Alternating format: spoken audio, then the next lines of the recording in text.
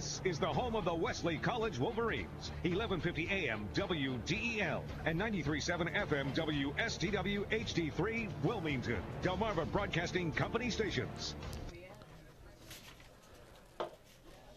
Wesley College football at 1150 AM WDEL being brought to you today by Concord Pet Food and Supply, still locally owned with 27 area locations.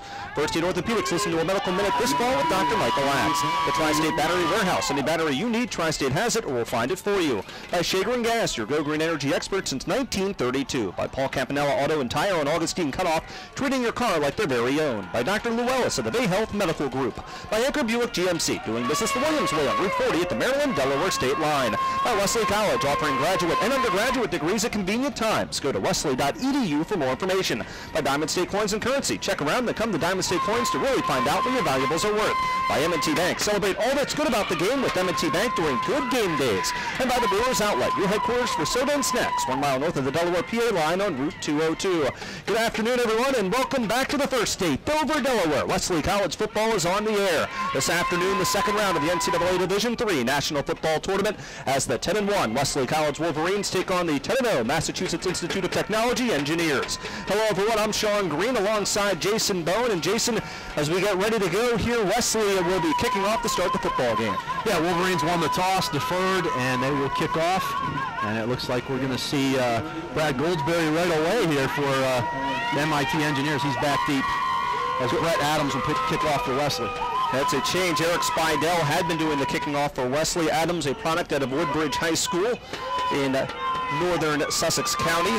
Goldsberry this year has returned 27 kicks for 27 yards average. MIT wearing the white uniforms with maroon numerals and black pants. Wesley is in their home blues with white trim and the helmet with the Wolverine sticker. Wesley will go from right to left, that is south to north here at Miller Stadium, and MIT will go from left to right. Please, you join us this afternoon, beginning our triple header of WDEL action today. The high school football championship games follow us this afternoon. Brett Adams points to his right, points to his left, approaches the football, toe meets leather, and we're underway. High kick coming down short to Goldsberry at the 16-yard line. Up to the 20, 25 up the middle to the 29-yard line, and that is all. A return of 13 yards off the bat. Tackle on the play by Julian Jones as MIT goes to work under the direction of the senior, Peter Williams, 6'3", 190, out of Portland, Oregon, a 65% passer for 2,052 yards, 20 touchdowns, 11 interceptions. His tailback is Justin Wallace.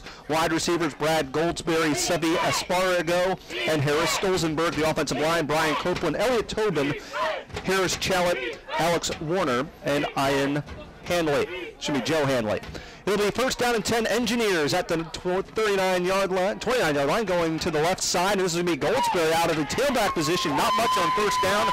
Gets up to the 30-yard line, gain of 1. Sustin Capapula, part of the tackle for the Wolverines. Yeah, just a quick pitch out to the left side, and that's one thing just from watching the film that I saw. They're going to have time to be deliberate with their counter game and stuff like that. You should see more quick hitters from MIT today, because if they take a lot of time in that backfield, that quick Wesley defense will get them. Second down and 9. Pistol formation, play action. Rolling to his right is Williams. Tries to turn the corner, does. 30, 35.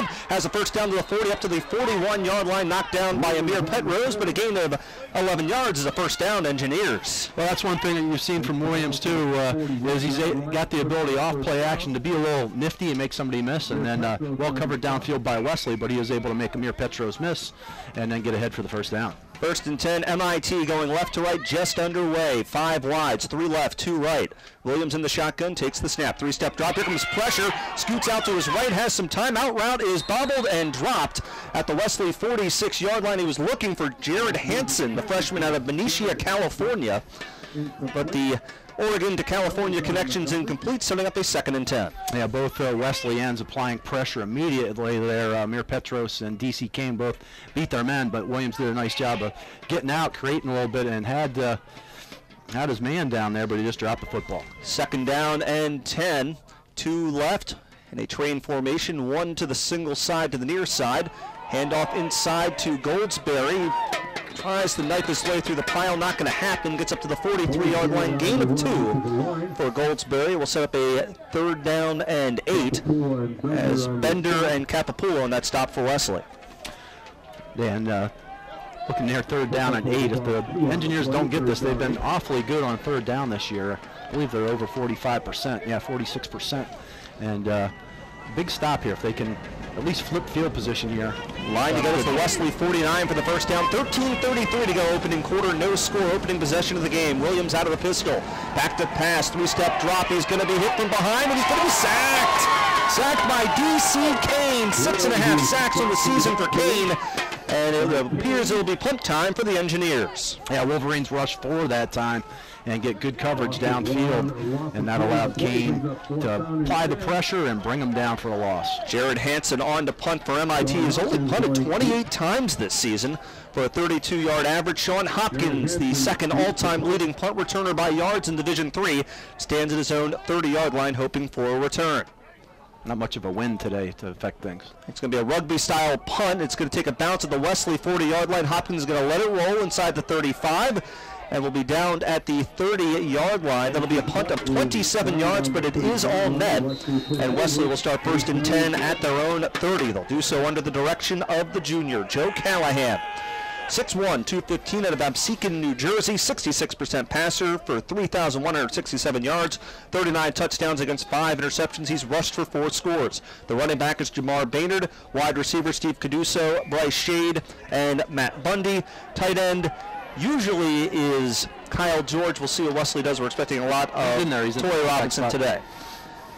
But George is in the lineup here on 1st and 10. 2 wide receivers to the left, H-back right. Play action, handoff on the read options to Baynard, tries to cut outside to the left to the 30, up to the 35-yard line. Anthony Souffrant coming up to make the stop for MIT, but not before Baynard with a solid gain of 5 on 1st down. One of my favorite names in there on the tackle, too, Kodiak Brush, number 48 for the Engineers. 2nd down and 5. Yeah, I saw that name and I was hoping it was from Juneau. 3 right, 1 left. Callahan in the shotgun, runs the screen out right side to Baynard, 35 to the 40. He's got the first down up to the 41-yard line, driving his feet, getting an extra yard for the first down, Wolverines. Yeah, Baynard motioned out of the backfield late there. Callahan just flips it out to him as the Wolverines going to come out playing with pace here, getting right to the line of scrimmage. 12:08 to go, first quarter, no score. This is Wesley's first drive of the football game. 2 wide receivers to the left, 1 to the right. Hand off to Baynard, running right side across the 45. He'll get up to the 46-yard line where he runs in the brush. But again, a gain of 4 yards on 1st down sets up a 2nd and 6 for the Wesley offense. Yeah, just straight ahead hand off to the right. Not badly defended by the Engineers, but Wesley again playing with pace. 4 wides, 2 on each side. Back to pass. Callahan has time, throws over the middle, complete to Caduso, shakes off a tackle at the 50, needs a block, and a nice ankle tackle made from behind at the MIT 49-yard line. That's a touchdown-saving tackle by Anthony Emberley. Gain of 5, they will set up a 3rd down and 1, and last week that was going for 6. Yeah, that is a first down-saving tackle too there, but I think that was number 27, Ryan Carnish. Carnish tackle there. Wesley bunches 4 wide receivers to the right. They'll take the screen. Now Callahan running left. Has space. 50, 45, 40, 45, up to the 30 and inside the 30 to 28-yard line. That's a new play design for Wesley, and a gain of over 20 yards is a first down, Wolverines. And that's one we haven't seen from the Wolverines very much, but they really had a chance. They haven't had with the margin of their scores to show too much on offense. So MIT seeing a new play there. 1st and 10, Wolverines at the MIT 28. Screen left side complete to Robert Wiggs. Now he drops the football. The roll incomplete. Wesley trying to set up the screen. He had Kyle George and Jamar Baynard out in front. Also, Matt Schmidt had come over from left guard. But Wiggs can't hold on to the football. It'll be 2nd down and 10. Yeah, guy tried to run with it before he caught it. Wiggs to the left, 2 to the right. Handoff inside to Baynard. Nice delayed run there across the 25, driving his legs up to the 23-yard line. Good patient running by Jamar that time as he waited for his blocks to develop, and then he found a little hole and scooted ahead for about 5 or 6 yards. So it could be 2-down territory here for the Wolverines. Tackled by Maxwell Rustin. It'll be 3rd down and 5. Line to gain is the 18 for the first down. Callahan 3-step drop. Fires over the middle looking for Kyle George. The tight end diving catch cannot be made. Coverage on the play by Souffrant. And now it's decision time here on 4th and 5. From the 24, it would be, or excuse me, the 23, it would be a 40-yard field goal. Wind at the back. Yeah, but not much of a wind here, and I would say the Wolverines are probably going to go for this. You can hear the MIT crowd on the far side of the field. They have certainly come out in droves for this game. Line to get the 18 for the first down for Wesley. 10:38 to go, first quarter, no score, 4th and 5. We have whistles and a flag and motion, it appears, against Wesley, and yes, that is the case. And 4th and 5 now will become 4th and 10 back at the 20. I don't think that'll change anything other than remove any doubt that this will be a 4th down attempt on offense for Wesley. Yeah, a little false start there. Might have been Alex Niscoto with a head bob there. Again, the line to get is the 18 for the first down. 3 wide receivers to the right. Steve Caduso, the dangerous receiver, to the left. MIT motions across but gets back. That's Kevin Cush. And now a freeze audible here with 6 in the play clock for Joe Callahan in the shotgun for Wesley. He'll take the snap, 5-step drop, looking right side, out route. Robert Wick has the catch, and it's going to be a first down. After a 17-yard line all the way across the field, Joe Callahan led good arm strength and a nice secure catch and a first down. Wolverines. Yeah, Wolverines on the home side hash and run the out route. A long throw for Callahan, but he got it there. A nice route by Wiggs on the out. 1st and 10, Wolverines to the MIT 17. Handoff to Baynard running right side. Not much there, up to about the 16-yard line, and that is it. Excellent push by that MIT defensive line. Andrew Wren, part of the crowd, making that stop for the Engineers. Yeah, pickup of only 1 there, and haven't really been able to spring Baynard yet. 2 wide receivers to the right, Caduso in single coverage here to the left. Sweep, here comes Bryce Shade to the left side, 15, 10, makes a nice move to the 5, and Bryce Shade is in. Touchdown, Wesley, 16 yards, and Wolverines on the board at 6-0. Well, nice job on the speed sweep. MIT came up and did a nice job containing it and making Shade cut it back in, but he made a couple nice plant up inside the outside man, and then just turned on the Jets for those last 10 or 12 yards to get in the end zone to give the Wolverines a 6-0 lead with 9:58 to go in the first quarter. Bryce Shade's 17th carry of the season is his first touchdown. Eric Spidell, who was a ball boy for Wesley at the start of the season, on to attempt the extra point out of the hold of Andrew Monahan. Kick is away, and the kick, it is good. Timeout on the field, we will take it with them. With 9:58 to go in the opening quarter, our new score, Wesley College 7, MIT 0. This is Dr. Michael Axe. First State Orthopedics is community driven. Just a few things we support include Many Walks for Cure, Youth in Sports, and the Boys and Girls Club. For more than 15 years, our offices have recycled crutches, knee immobilizers, and other medical equipment to be used in area training rooms and on the sidelines. First State Orthopedics, serving the community every day in so many ways. To find out more about First State Orthopedics, visit firststateortho.com. Welcome back to Miller Stadium, Dover, Delaware. 9:58 to go, opening quarter. Wesley 7, MIT nothing. And Jason, a good impressive drive for the Wolverines right off the bat. Yeah, the Wolverines had to pick up a 4th and 10 there, but we talked about Joe Callahan, just a nice, easy drop and hit the out route to Wiggs. And the Wolverines have an early lead here once again. Brent Adams on to kick off. Points to his right, points to his left. Crowd makes some noise. Adams approaches the football. Toe meets leather. We're back underway. High kick coming down to Goldsberry at the 14-yard line, up to the 20, 25, right up the middle to the 30 to the 31-yard line.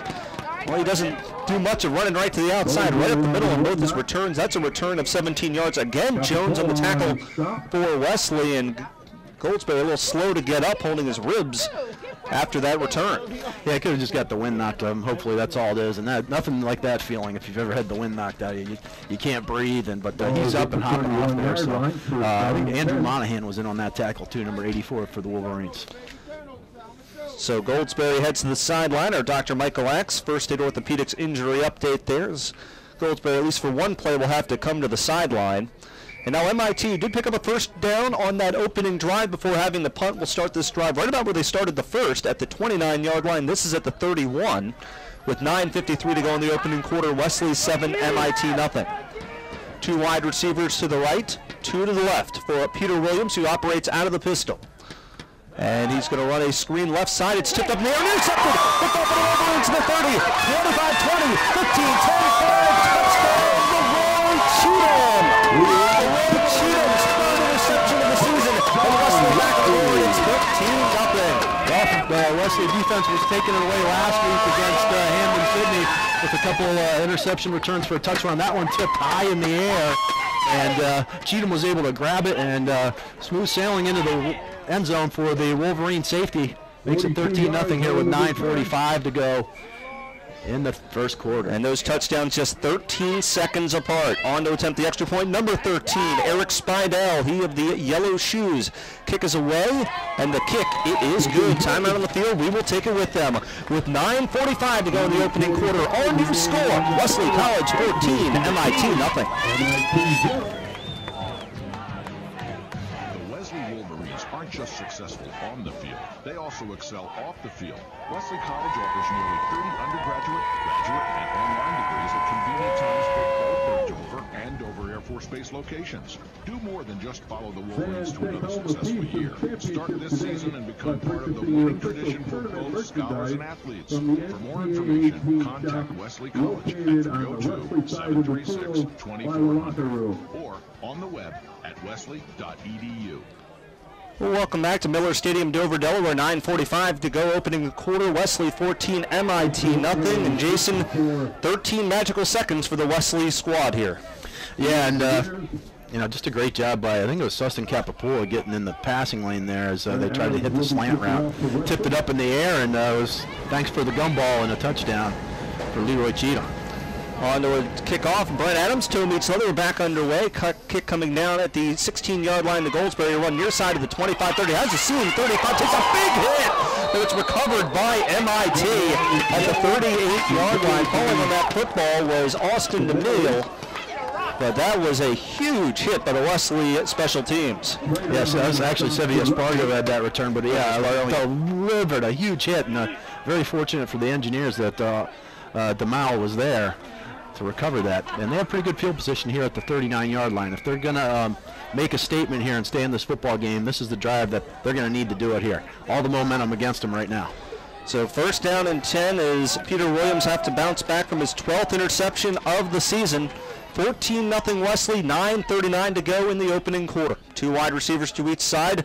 Espargo goes in motion from right to left. Handoff inside of the big bruising Justin Wallace, shaking tacklers into Wesley territory up to the 49-yard line. Powerful 12-yard run as a first down to MIT. Might be dating myself here, but you know what he reminds me of that number 44 is Riggo, John Riggins. He kind of has that similar body type and body lean and runs with some power. 6 foot 215. Kind of looks like Mike Allstott if I'm going a little more recent. 2 left, 1 right. Handoff to Wallace again, going up the middle and again driving his legs for 2 yards. Tackle from behind by Pedrose, but set up a second down. Actually, give him 3. That'll be a second down and 7. And again, a good job here, just attacking Wesley. Wesley with a really quick, fast defense. If you're going to hit them, you got to try and hit them quick. And a good job there. No messing around as he got to the line of scrimmage. Just get up there and get what you can. A couple yards that time. 8:55 to go, opening quarter. Wesley 14, MIT nothing. MIT with 2 first downs in this football game, and they'll operate from the Wesley 47-yard line. Pistol formation, play action. Williams is back to pass. Nice pocket. Fires on the middle. It's tipped and knocked down. I believe it was Amir Pedrose who deflected that for Wesley. And that will set up a 3rd down and 8, and that's been one of the stories for Wesley this year, Jason, is the knockdowns. You've got Payton Rose has got 15 of them. I was trying to find the stat there. And Kane and Pedrose have several as well. Yeah, they're really good there. And that sets up MIT in a 3rd and 8 spot here. And Wolverines with their nickel package in here. Line to get the Wesley 39 for the first down. Williams out of the shotgun. He's back to pass, firing right side on the out route. Incomplete, too far for his intended receiver, Goldsberry. Now decision time here for MIT, and looks like the punt unit is going to come on here with 8:38 to go in the opening quarter. Wesley up 14-0. The Engineers will have to punt. Yeah, he's looking for the out route there, and got decent coverage. Wesley rushed 4, so no blitz that time. Although they bring their 3 down linemen and the linebacker off the outside, but he just couldn't hit him on the out route. On to punt, Jared Hansen. It's blocked! Blocked by the Wolverines! And pick up the football and going the other way to the 20. 15, 10, 5. Touchdown, Andre Kane! And blocked by B.C. Kane. And the touchdown by Connolly. It is 20-0 Wesley. Well, wow, the Wolverines doing it on all facets of the game so far. They've scored on defense. They've scored on offense. and they've scored on special teams, and that time DC Kane busts through and blocks that, and Andre Conway got himself a nice trip to the end zone to make it 20-0 here with 8:30 to go in the first quarter. Wesley now with 3 touchdowns in the last 1 minute and 28 seconds. On to attempt the extra point, Eric Spidell. The snapper, Alex Nisgoda. Holder, Andrew Monahan. Snap is good, hold is good, kick is away, and the kick, it is good. Timeout on the field, we will take it with them. With 8:30 left to go in the opening quarter, our new score, Wesley College 21, MIT nothing. Wesley 21, MIT 0. The winter months will soon be here, and at Paul Campanella's, you're invited to stop at any time to have the little things checked out. Things like antifreeze, tire pressure, wash your floor, and making sure your battery's fully charged, and ready to handle the extra demands of a rough winter. It's the little things you might not think about that can lead to major problems down the road. So bring your car to Paul Campanella's to make sure it's safe and dependable during the upcoming winter months. Paul Campanella's Augustine Cutoff and Campanella's Pike Creek Automotive, Limestone Road, and Kirkwood Highway, treating your car like it's their very own. Welcome back to Miller Stadium, Dover, Delaware. 8:30 left to go in the opening quarter. Wesley 21, MIT nothing. And Jason, MIT kind of falling into that same wormhole that we saw Hampton-Sydney get into last week. Yeah, a lot of teams have done that so far against the Wolverines, and just an impressive start for the Wolverines as far as offensively. A nice drive down the field. Special teams, you score a touchdown. The defense has given up a couple first downs, but gets a turnover and a pick six, and everything's rolling for the Wolverines right now. One score in the bracket, Widener leading Christopher Newport 7-3 as they play in the opening quarter. Brett Adams' kickoff is away as the toe meets leather. Leather comes to the near side and will go out of bounds inside the 5, so that'll be a penalty. And MIT will have the option of either a re-kick or taking 1st and 10 at the 35-yard line with 8:30 left to go here in the first quarter of play.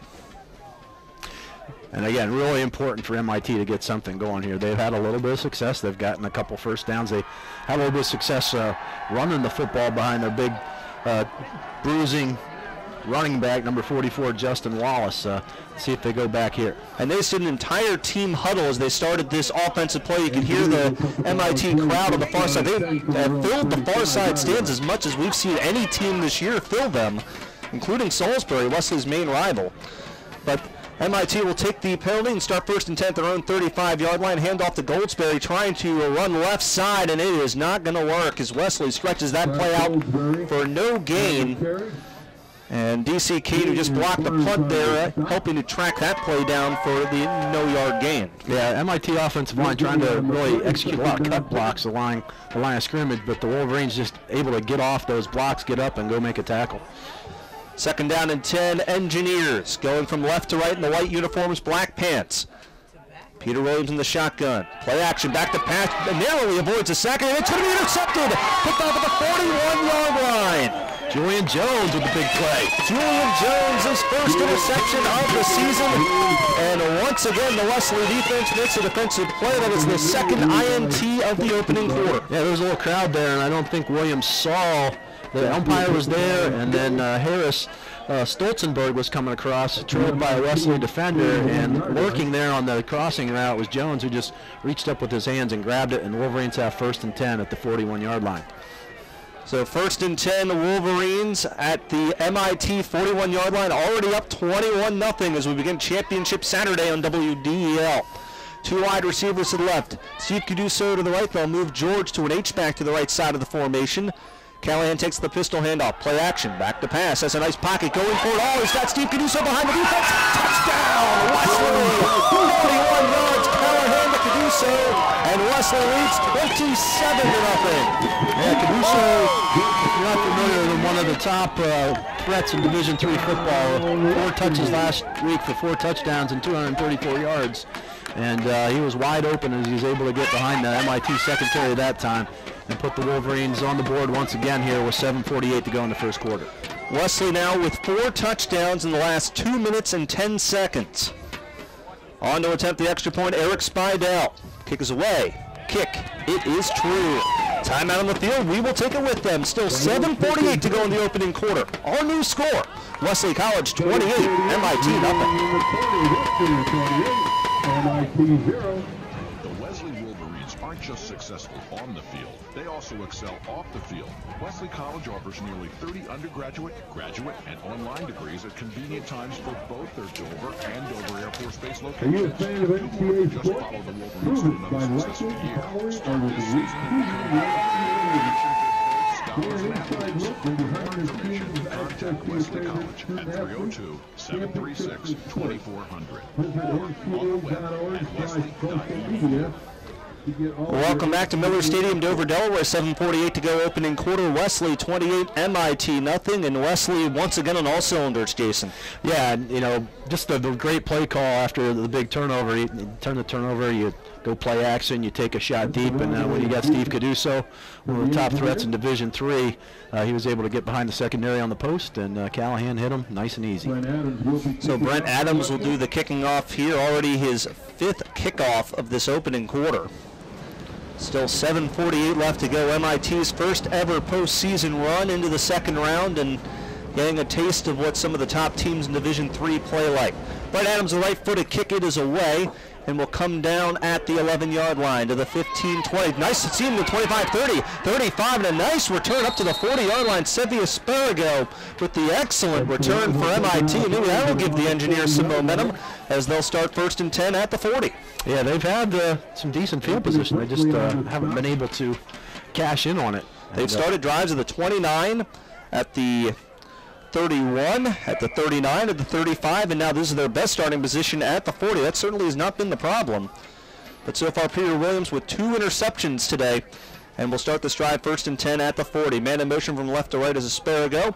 Hand off to Goldsberry up the middle. Nice shuffle cut across the 45 and drives his way up to the 48-yard line. Derek Bender with the tackle, but a gain of 8 on 1st down for the senior. He's got some nice quicks there, nice little lateral cut to his left to find the hole and get ahead for 8 yards. It'll be a 2nd down and 2. Quick to the line, MIT. Split backs, 2 right, 1 left as the receivers. Williams will hand it off to the second back through. Right side, Goldsberry runs into Capapula, but drives underneath of him, had the leverage, and will get himself a 1st down, MIT. Yeah, nice little run there as he was able to burrow his way for that 1st down. He got just underneath the waist of Capapula. Good solid running there by Goldsberry. Checks in at 5'8" and 185. And 1st and 10, Engineers. 7 minutes to go, opening quarter. Wesley 28, MIT nothing. 2 wide receivers trained to the left, single receiver to the right. Williams in the shotgun, high snap, collects it and hands it off to Goldsberry, who stumbles while trying to make the cut at the 49-yard line, his own 49, so we'll lose 1. They'll set up a 2nd down and 11. Yeah, stuffed up that time well by the Wesley interior. Dan Laguerre in there along with Peyton Rose, and as he tried to bounce it out, he just kind of slipped and came down to a knee, and then the outside defenders for the Wolverines were able to swallow him up for a loss of 1. In college football, when your knee hits the ground, that's the end of the play. 2nd down and 11, 2 right, H-back left. Play action, back to pass Williams. He's going to be hit, eludes that. He's under pressure, he's going to be hit, he's going to be sacked. Dan Laguerre chasing him down, his 1st sack of the season. That's a loss of 5. We'll set up a 3rd down and 16. Well, great job by Williams making the first guy miss, but unable to find anybody open downfield, and the big man, Dan Laguerre, was able to swallow him up there for another loss. Going to bring up 3rd down at about 16. Yeah, if you're a quarterback there, you make that man miss, you've got to have that timer in your head. Unfortunately, just had nowhere to go with the football, and it will set up this 3rd down and 16. Line to get the Wesley 40 for the 1st down. MIT with the ball at their own 44, going left to right. Ball in the right hash mark. 2 wide receivers to each side. Now an empty backfield. Williams is back. 5-man rush. Coming after him, Capapula, and that's going to be a hit, and it's going to be a sack. Wesley's defense, D.C. Kane and Sustin Capapula, and 2 straight sacks puts the end of the drive for MIT. Yeah, and again, great coverage downfield. The Wolverines come with a little bit of a blitz there as Kane getting another half a sack at least there. He was the first one there, and then Sustin able to help take him down at the end. Single wide, single man to each side. Williams the punter, or excuse me, Williams the punter. That would be Jared Hansen, the punter for MIT. Fakes like they're going to run a fake, but then punts it away. Hopkins calls for a fair catch and makes it while falling backwards at his own 37-yard line, and that is where Wesley will start. First down and 10 with 4:56 to go opening quarter. Wesley 28, MIT nothing. Yeah, and Sean Hopkins, you can tell he's aching to get a return here. He's so close to the Division III record for most career punt return yards. I believe he only needs 44.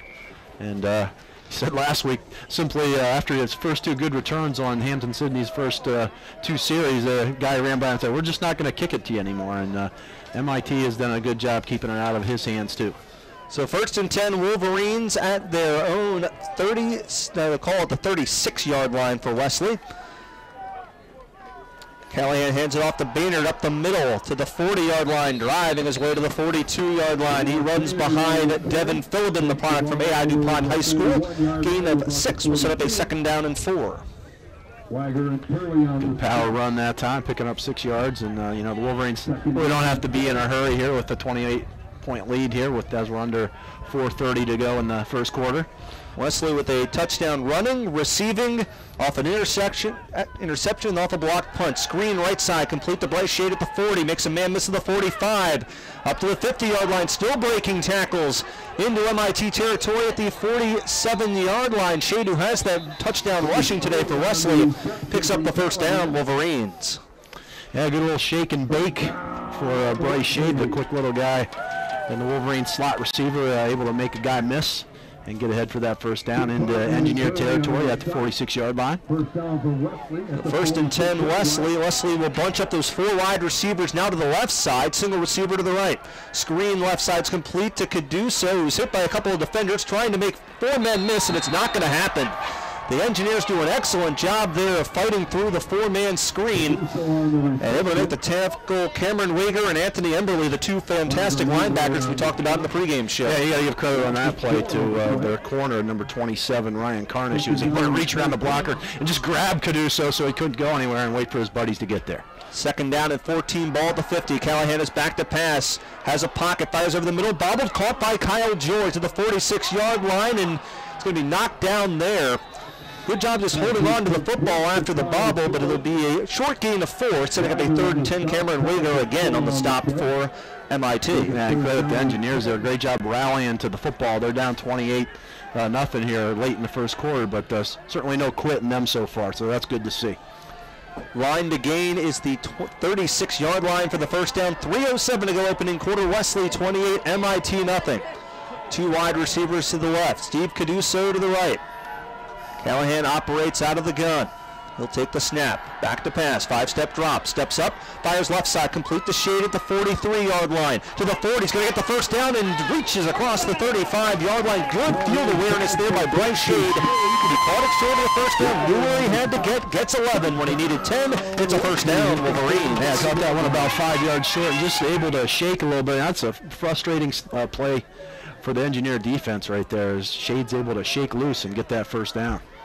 Low snap, Callahan play action, and his pass is going to be tipped at the line, incomplete. Andrew Wren getting his hand up as Wesley was trying to set up a screen, or a short pass at least, to Robert Wiggs, but good play there by Wren, the 6'2", 250-pound sophomore, to knock it down. Yeah, it was that little pop pass. You fake the read option and then try and hit the underneath the linebackers there on the quick little slant, but Callahan didn't really have a good angle to throw that one as Wren was able to get right in that passing lane and knock it down. Second down and 10. 2 wide receivers to the right. Make it 3 wide receivers to the right, 1 to the left. Wesley will flare it out to Baynard. 40, 35, 30. Has some space. 25 and reaches across to the 22-yard line. He's upended by Anthony Souffrant, but not before a gain of 16 yards. Another first down, Wolverines. Yeah, he just flip it out to Jamal Baynard, and he's able to get some nice blocks by his receivers downfield and get ahead for that first down before number 10, Anthony Souffrant, was able to knock him down. Comes almost like a modified an extended handoff, if you will, out of that formation with a running start. Empty backfield here. First and 10, Wolverines, ball spotted at the 20. You have 4 bunched up as a diamond to the left and a single receiver, Robert Wiggs, to the right. 9 on the play clock, as now Baynard will head back to the left of Callahan. Play action, and we've got whistles and a flag and a false start against Wesley. Yeah, second false start for the Wolverines here, and as efficient as they've been on offense, you don't want to see that too often. couple false starts already here in the first quarter. They've already had to convert a 4th down after running into trouble with penalties. So this will be 1st and 15 at the 25. It is 28-0 Wesley, 1:55 to go, opening quarter of play. Division III National second round game. Winner of this takes on the winner of Hobart and Johns Hopkins next weekend. Callahan firing left side, looking for Kyle George. A nice hands catch. He reaches up and grabs him at the 5. The tall target in front of Anthony Souffrant. It's a gain of 20, but there is a flag down on the play. And we'll see what the laundry's about. There's one at the line of scrimmage and one right about where Callahan threw it. They're pointing a couple different directions here. Anyway, nice catch and throw there by Callahan to George on the flag route. Hitting the big tight end. Ineligible man downfield against Wesley and roughing the passer against MIT. So it'll be offsetting penalties. Replay the down. It will remain 1st and 15. Ineligible man downfield, huh? Almost have to wonder with that bunch formation if Wesley's lining up correctly, especially one of those guys is ineligible. Yeah, that would be my guess. That they didn't quite line up the way they needed to line up. So play clock will run. We go under 100 seconds to go in the opening quarter. It's been a good first quarter again for Wesley. 28-0 over MIT.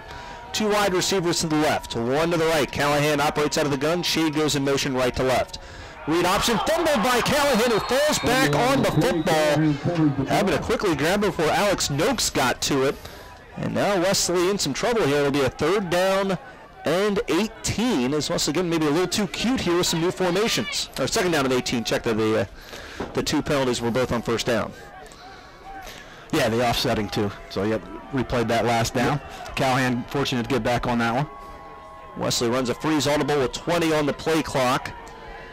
The Wesley coaches on the sideline motioning a new play. There's 4 of them that are standing there making various hand signals like we're playing baseball.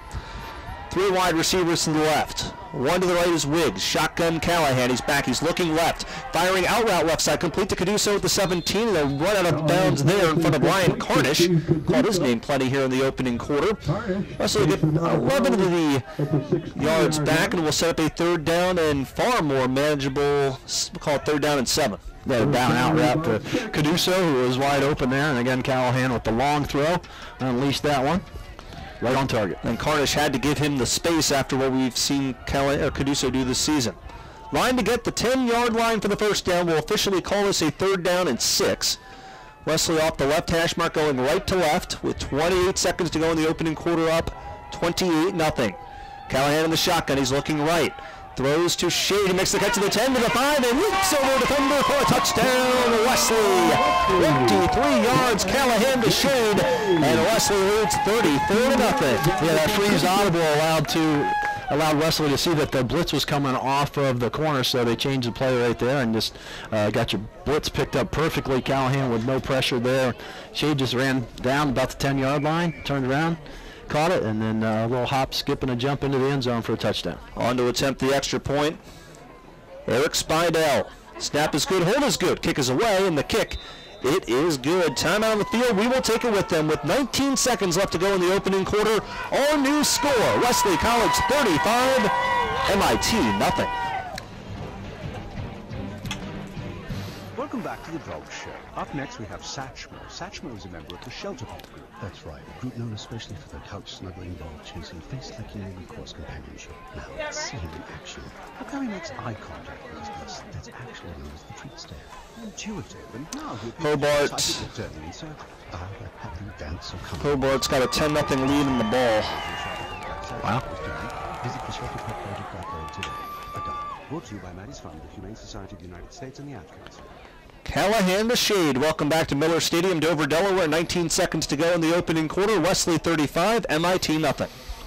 Yeah, and first quarter, you look at what the Wolverines have done in the first quarter the last 2 weeks, and wouldn't expect that they would get the ball back this quarter, but put up 42 in the first quarter last week and 35 this week.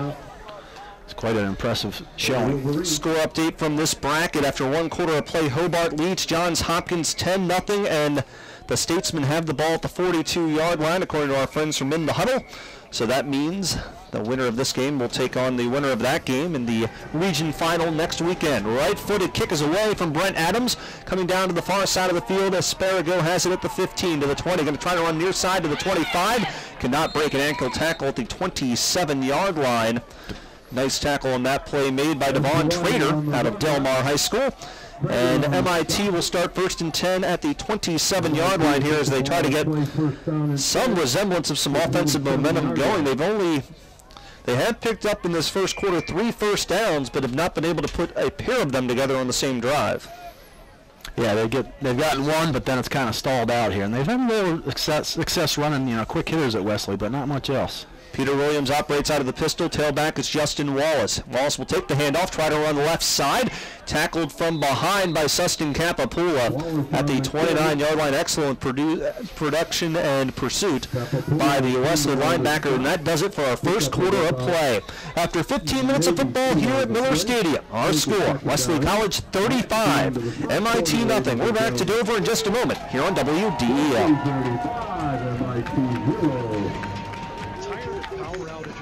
Shaker Gas Company today for a quote on a Generac standby generator. High winds, fallen trees, lightning, and much more can cause havoc on our daily lives. With the improvements made on generators and switches, you can power more appliances than ever before. You do not need as large a generator as you did in the past. Don't get stuck without power. Call Shaker Gas today for a survey and scope of work. No natural gas? No problem. Shaker Gas will install a tank and supply fuel for your generator. You might not even notice power failures with proper location of the generator by Shaker Gas and sound preventative cabinets. Call Shaker Gas today at 302-658-2000 for a free quote. That's 302-658-2000. Toll free at Follow their passion and discover potential in the pursuit of academic excellence.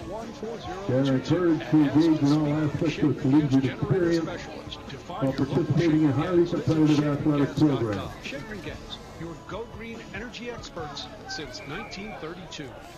Welcome back to Miller Stadium. Second quarter ready to begin. MIT in the white uniforms going right to left. 2nd and 8 at their own 29-yard line. Peter Williams will hand it off up the middle, and not much there for Justin Wallace. Check that goal to the Roseberry's back in. He'll get a gain of 2. We'll set up a 3rd down and 6. MIT splitting their tailbacks, Wallace and Goldsberry today. Wolverines on 3rd and 8 going to bring in their nickel package. It looks like a little package change here for the Engineers as well. Peter Williams in that opening quarter, 0 of 5 passing for 2 interceptions. 2 wide receivers to the left, 2 to the right. Line against the 37 for the first down. Williams operates out of the pistol. High snap, takes it, throws the out route. It's complete. There's going to be a first down up to the 40-yard line. Nice catch by Sevi Asparago. His 47th catch of the season is a engineered first down. Yeah, he did a nice job operating the slot there. He ran a little choice route on the corner defender, Andre Connolly, as he faked to go in and then just planted and ran the out route at about 5 yards. And Williams completes his first pass of the football game there, and he's able to get ahead for the first down. 1st and 10, MIT at the 40. Ball on left hash mark going right to left. Pistol formation. Tailback is Wallace. And he'll take the handoff running right side, trying to stretch the play out. Not much there. Coming up and making the nice hit on the outside was Matt Capitola and also Jordan Westcott. That'll be a loss of 1. They'll set up a 2nd down and 11. Yeah, that's one tough thing when you play Wesley. They're able to rotate so many different defensive linemen and linebackers in there that they're usually always pretty fresh. So 2nd down and 11. 1 wide receiver to the right. 2 wide receivers check to the left. Chris McPherson is the far receiver here to the left side. Williams with split backs. Play action. Sprints out to his right. Now fires intermediate. Incomplete behind his intended receiver, Harris Stolzenberg. He would have had some space in Wesley territory at the 42-yard line, but the throw just a little bit off.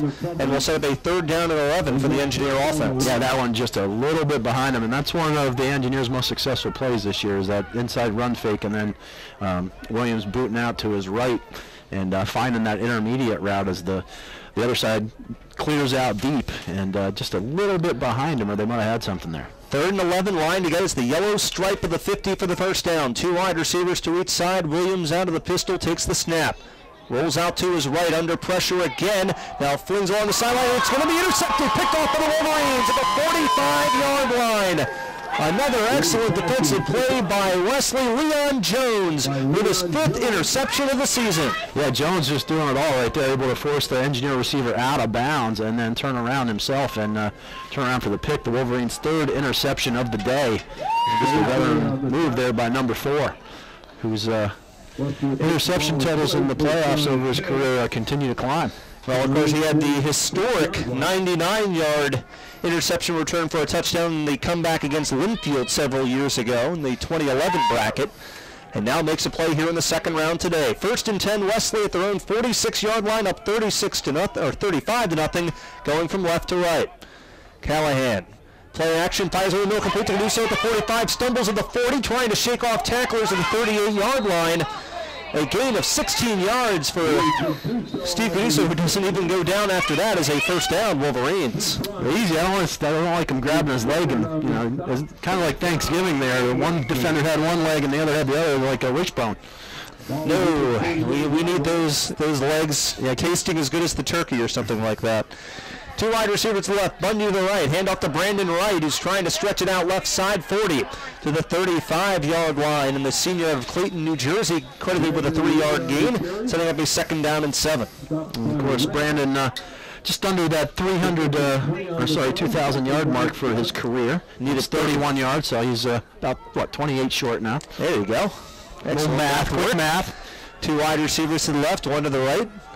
And Wesley will run the speed sweep, now cutting up the middle to the 30-yard line. Bryce Shade getting outside of the 25 and run out of bounds at the 22-yard line. Shade with a touchdown receiving today, has himself a gain of 13 and another first down, Wolverines. And Shade, another guy for Wesley that's just really hard to tackle as he's able to weave in and out. Another nice cut, patient run, and able to get up quickly. 35-0 Wesley. Ben Martin checks in. He's running left side to the 20. Wicked cut at the 15-yard line and quickly knifes his way up to the 13. How quick did he come out of that cut? That's a gain of 8 or 9. We'll set up a 2nd and short for the Wesley offense. And Martin coming off of a 100-yard game last week in the second half against Hampden Sydney. Getting a little more action today in the first half. Transfer out of Rutgers. 2 wide receivers to the right. Xavier Allen is checked in. Play action. Screen right side complete to Monahan at the 15. Makes a nice tackle from Allen, and he is in. Touchdown, Wesley. Andrew Monahan's 3rd touchdown of the season, and Wesley leads 41-0. Yeah, Monahan, just Wesley outflanking the defense there, and then Monahan just making a nice move there, making a defender fall, and clear sail into the end zone for the junior out of Wayne, New Jersey. And Xavier Allen out of Dover High School has done a great job receiving in the red zone with 6 touchdowns on his 10 catches that time, showing he can throw a block. On to attempt the extra point, Eric Spidell. Kick is away, and the kick, it is good. Timeout on the field, we will take it with them. How about this time left in the quarter? With 11:50 to go in the second quarter, our new score, Wesley College 42, MIT nothing.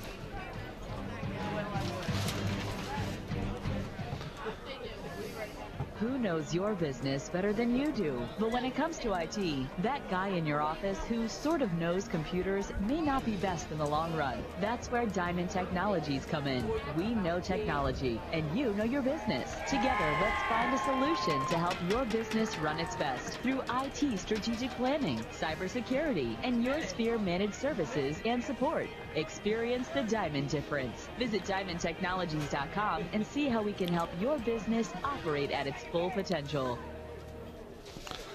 Welcome back to Miller Stadium, Dover, Delaware. 11:50 to go here at 11:50 in the second quarter of play. Wesley 42 and MIT nothing. Yeah, another just tremendous drive by the Wolverine offense here. And the Wolverines, again, just operating with efficiency, just running their plays and executing at a high level. They've been tough to beat these last couple of weeks. It's certainly looking like Wesley will be back here next Saturday to take on the winner of Johns Hopkins and Hobart. As Wesley has just done a fantastic job today. The 42-0 lead came with 1 minute and 4 seconds to go in the first quarter last week. It comes 3 minutes and 10 seconds in the second quarter today. Brent Adams, toe meets leather, back underway. Low line drive, Sevi Asparago comes up with the grab at the 14-yard line. He's going to try to cross field and get thrown up at the 18-yard line. Andrew Monahan scored a touchdown, make a tackle on the following play. Andrew Monahan that time with a nice big hit. And MIT is going to be backed up in their worst field position of this football game, all the way back at the 19-yard line, trailing Wesley 42-0, as MIT makes their first ever appearance in the NCAA tournament's second round. 2 wide receivers to each side. Quarterback Peter Williams will hand it off to the tailback, Justin Wallace. Across the 20 up to the 21-yard line, gain of 2 for the bruising tailback. Will set up a 2nd down and 8. Yeah, good fill that time, met by senior for the Wolverines. Sustin Capapool was in there, along with Luke McGinnis with the nice fill from his middle linebacker spot. Sun trying to peek through mostly gray skies here in Dover this afternoon. Temperatures in the upper 30s. Might get into the low 40s during the game today. Empty backfield, 3 left, 2 right. Williams in the shotgun, throwing an out route complete to Goldsberry across the 25, close to the first down marker, up at the 29-yard line. Goldsberry with the reception, and will be a first down, Engineers. Yeah, and that little choice route they ran last series where he fakes it in and just breaks it out. Able to make a nice catch, and they have good timing on that play. So 42-0 Wesley, 11 minutes to go. Scoreboard saying the 5th quarter. It's the 2nd quarter. 3 wide receivers to the right, 1 to the left. Pistol formation, handoff to the tailback up the middle. It's Williams again, and Terrence Gavin trying to put a stop to his forward momentum, but Wallace driving that 215-pound frame forward for a gain of 4. Will set up a 2nd down and 6. Yeah, getting behind the Hogs there, and actually giving 4 yards there as he's able to keep plowing. Pick up of another 2. MIT running that quick-paced offense. 3 wide receivers left, 1 to the right. Pistol formation, Peter Williams sends Goldsberry in motion left to right. Now we'll keep it on a play action and fling the pass out right side. Was looking for Goldsberry. Jordan Westcott with solid coverage forcing the throw away, and will become a 3rd down and 6. Yeah, well covered all over by Wesley there, and Williams just did the right thing there. Just throw that one out of bounds. Don't make a bad play worse. And going to come up with another 3rd down and 6 here. Don't forget, when we're done here, we will take you to Delaware Stadium. The Delaware High School Championship games, Laurel and Hudson, kicking off at 2 o'clock. And then it'll be Middletown and William Penn to follow. Shotgun, pass over the middle, complete for MIT, and diving across the 40 for the first down to the 41-yard line. Sebi Asparago, a gain of 8 on 2nd and 6 is an engineered first down. A nice little quick throw there, and a couple nice pass plays on this series for the Engineers. Little quick passes, and you can't give Wesley's rushers too much time to get to you. You have to find those quick routes and have good timing on those patterns to complete them, and they've had them a couple times on this series. 3 wide receivers to the right, 2 to the left. As the clock ticks under 10 minutes to go, 2nd quarter. Wesley up 42-0. Peter Williams operating out of the shotgun. Will take the snap. Back to pass. Flushed out to the left side, he's going to run. 45, eludes a tackle, 50 into Wesley territory at the 45, and all the way up to the 41-yard line. Excellent running by Peter Williams. That is a gain of 18 yards and an engineered first down. Pretty good coverage downfield by Wesley that time, but as the pass rush went by, Williams did an excellent job of stepping up in the pocket, and so he had nothing to do, and then making a guy miss and got downfield into Wesley territory for a first down. Williams with 5 touchdowns, 250 positive rushing yards coming in. You can see why. It's had some pretty good speed, especially with that 6'3" frame. 3 wide receivers to the right, 2 to the left. Williams is back under pressure, flings it over the middle, and incomplete. Derek Bender tripped up the feet of Sebi Asparago, and they're going to call the pass interference there on the feet cross up by Bender. Yeah, Wolverines came with the blitz, and a couple guys came free, and Williams stood in there and delivered what was a pretty good ball. And, it's a tough break for Bender there. You just get your feet caught up. But got to call that. So first down for the Engineers. So that'll be the 4th first down on this drive for MIT. Coming into this drive had only 4, so they've doubled their output here on this possession. 1st and 10, Engineers going right to left at the Wesley 30, trying to break into this 42-0 deficit. Williams out of the pistol, he fakes it to the wrong side, and he's going to be sacked. Terrence Gavin tackles Peter Williams in the backfield. He tried to hand it off to his left. Problem is, his tailback ran to his right, and that didn't look pretty. A little mixed up there for the Engineers, and really a nice job by Williams just getting it back close to the line of scrimmage or not turning it over. So it'll be a 2nd down, a loss of 1, 2nd down and 11. Trips right, 1 left. Tailback is Brad Goldsberry. Williams takes the snap, hands off to Goldsberry up the middle to the 30. Nice quick hit as he pounds his way forward up to the 15 or 25-yard line. Gave us 6, was up a 3rd down and 5. Goldsberry at 5'8", 185. Did a really nice job quickly getting through that pile. Yeah, he's got a little power to him too. He runs low to the ground. He's got good hips and good lateral quickness. So 3rd down and 5, line to get the Wesley 20 for the first down. Wesley making some late substitutions. And it looks like Wesley is going to call a timeout, and we will take it with them. 8:13 left to go in the second quarter. Wesley 42, MIT nothing, but the Engineers are driving here on WDEL. What was that? It's getting louder. It's getting closer. It's coming to Concord Pets, Sunday, December 7th. It's the 23rd annual Moonlight Madness at the Concord Scores Pets of interest from around the tournament. up to 30% off everything in the The store. second period, Hobart 10, Johns Hopkins 7. Pet Moonlight Madness sale. Second period, Widener 14, Christopher Newport 10. Delaware. There's bound to be a Moonlight Madness near you. Second period, Mount Union 16. Welcome back to Miller Stadium. 8:13 to go in the second quarter. Wesley 42, MIT nothing. Jason, I believe you had a look there half a second at the D3 scoreboard. Yeah, you got Mount Union up 17-0 over Washington Jefferson. Hobart leads Hopkins 10-7 and midway through the second, and Widener leads Christopher Newport 14-10 early in the second. And the winner of the game between Hobart and Hopkins will be here next Saturday, assuming MIT doesn't come back from 42 down. Certainly plenty of time left in this game. Play action, Williams sprints out to his left, throws the out route, is complete. A nice catch made by Goldsberry at the 15-yard line, and Derek Bender draped all over him. That's the 5th first down of this drive for MIT as they get into the Wesley red zone at the 15. Yeah, nice job by MIT moving the pocket there on 3rd down and getting Williams out. And normally he rolls to his right, but he got out to his left there, and a good pattern by Goldsberry picks up the first down. 3 right, 1 left. Williams out of the pistol. Hands it off to Goldsberry up the middle, and Terrence Gavin will put a stop to that. Clayton Rose, part of the tackle. Ball is loose and a fumble. And let's see who ends up with the football. Rose and Wesley has the football. And coming out of the pile is Dan Laguerre. Yeah, now you got to give that one to Peyton Rose. I mean, who's played at an All-American level all year, folks. And with 15, 16 bat downs now, and there he was just able, as Goldsberry was stood up and driving for more. A lot of fight in number 21 for the Engineers, but big number 94 was able to rip it out there, and it came loose. And Laguerre was able to pounce one at the Wesley 18-yard line. There was 7:45 to go till halftime, and the Wolverines up 42-0. For Peyton Rose's 4th forced fumble of the season, Laguerre's 3rd fumble recovery. 1st and 10, Wolverines already up 42-0. They have the ball at the 18. Play action for Callahan. He is back, going deep left side. He's looking for Matt Bundy, who's tightly covered and incomplete. And there's a very late flag coming in. Austin DeMille had the coverage there on the far side. And Bundy was trying to come back to the football. DeMille's back was turned to the throw, and this is likely going to be pass interference against MIT. Yeah, play action, and again, you'd love to do this after a turnover, is take a shot down the field.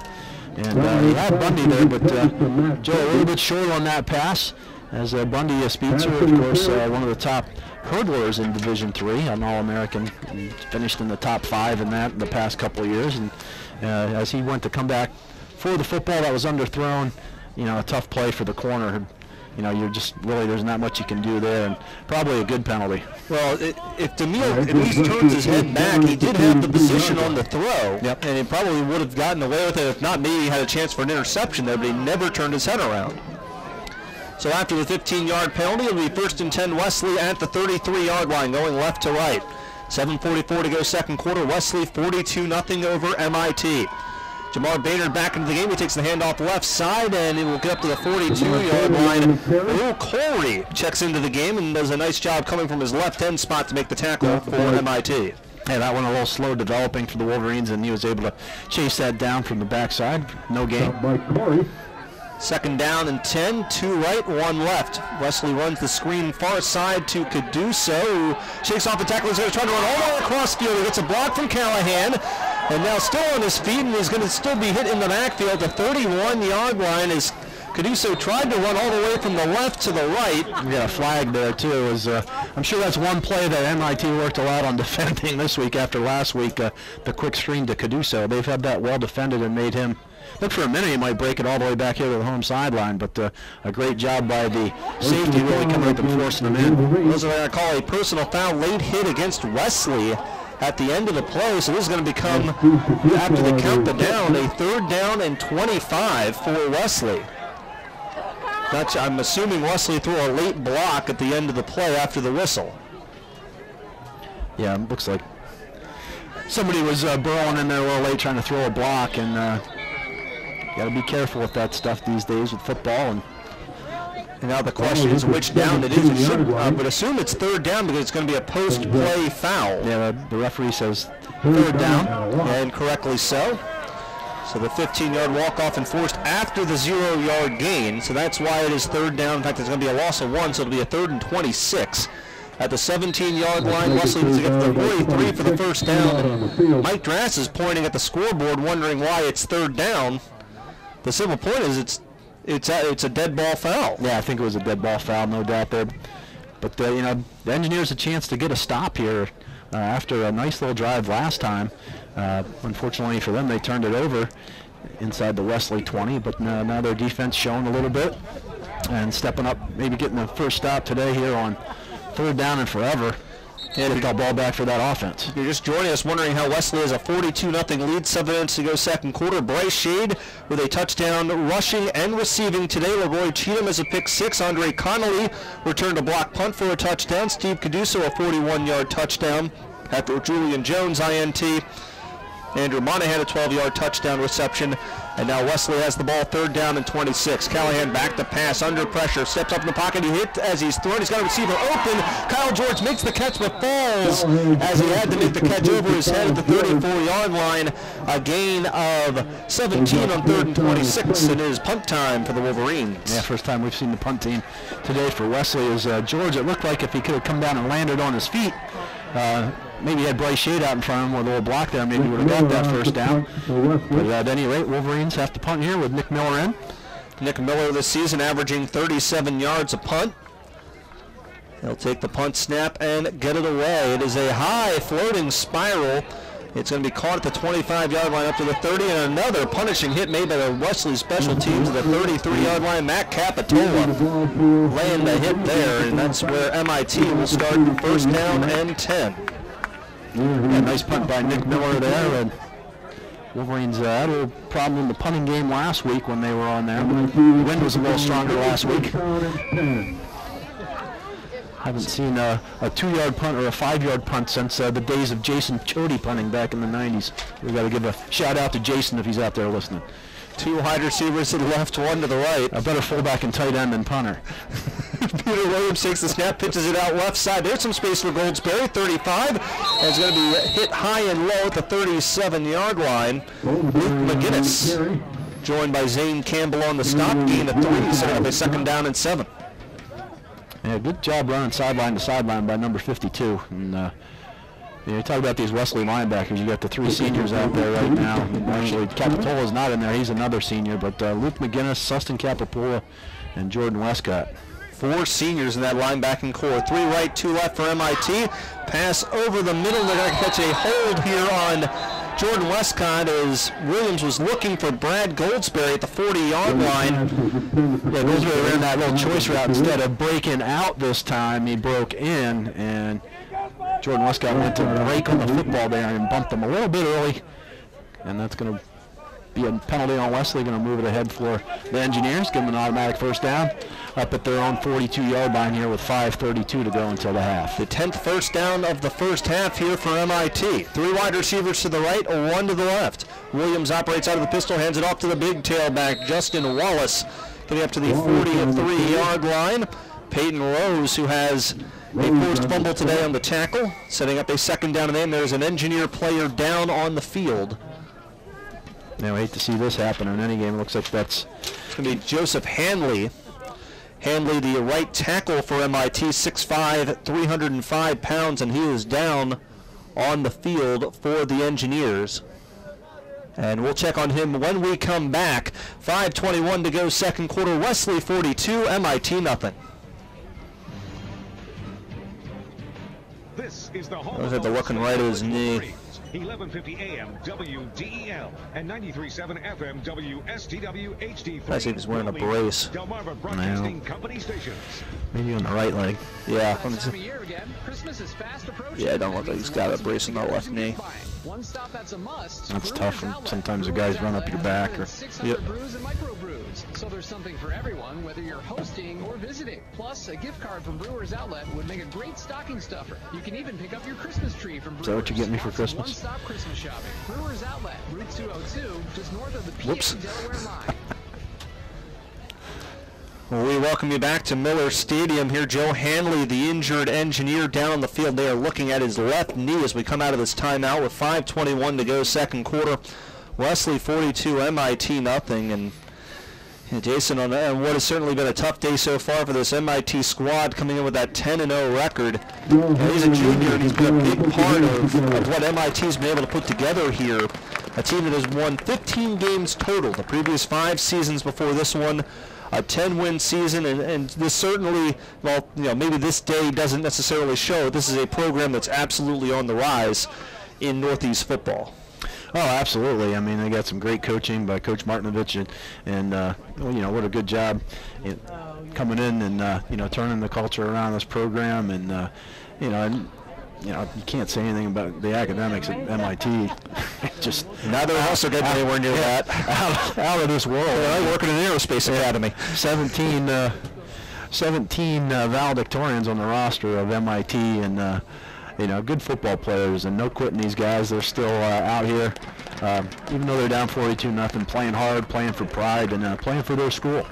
So we got a lot of respect for these guys, and maybe they'll get something to go on here the rest of the drive. They had a nice drive last time, picked up 5 first downs before the turnover. Let's see if they can keep it going here. Out of the timeout, second down and 8 at their own 44. Back to pass, out route, incomplete again. Jordan Westcott in coverage with the intended receiver. This time they were looking for Jared Hansen, who does the punting there.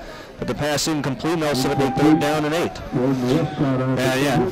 Jordan Westcott, just veteran move there. He knew right what the route was going to be, and he just stood right there. And a little bit of hand fighting between the two of them. But, if you're the receiver there, you got to, as he came out of his break, Westcott was just right there. So not much you can do there. Third down 8.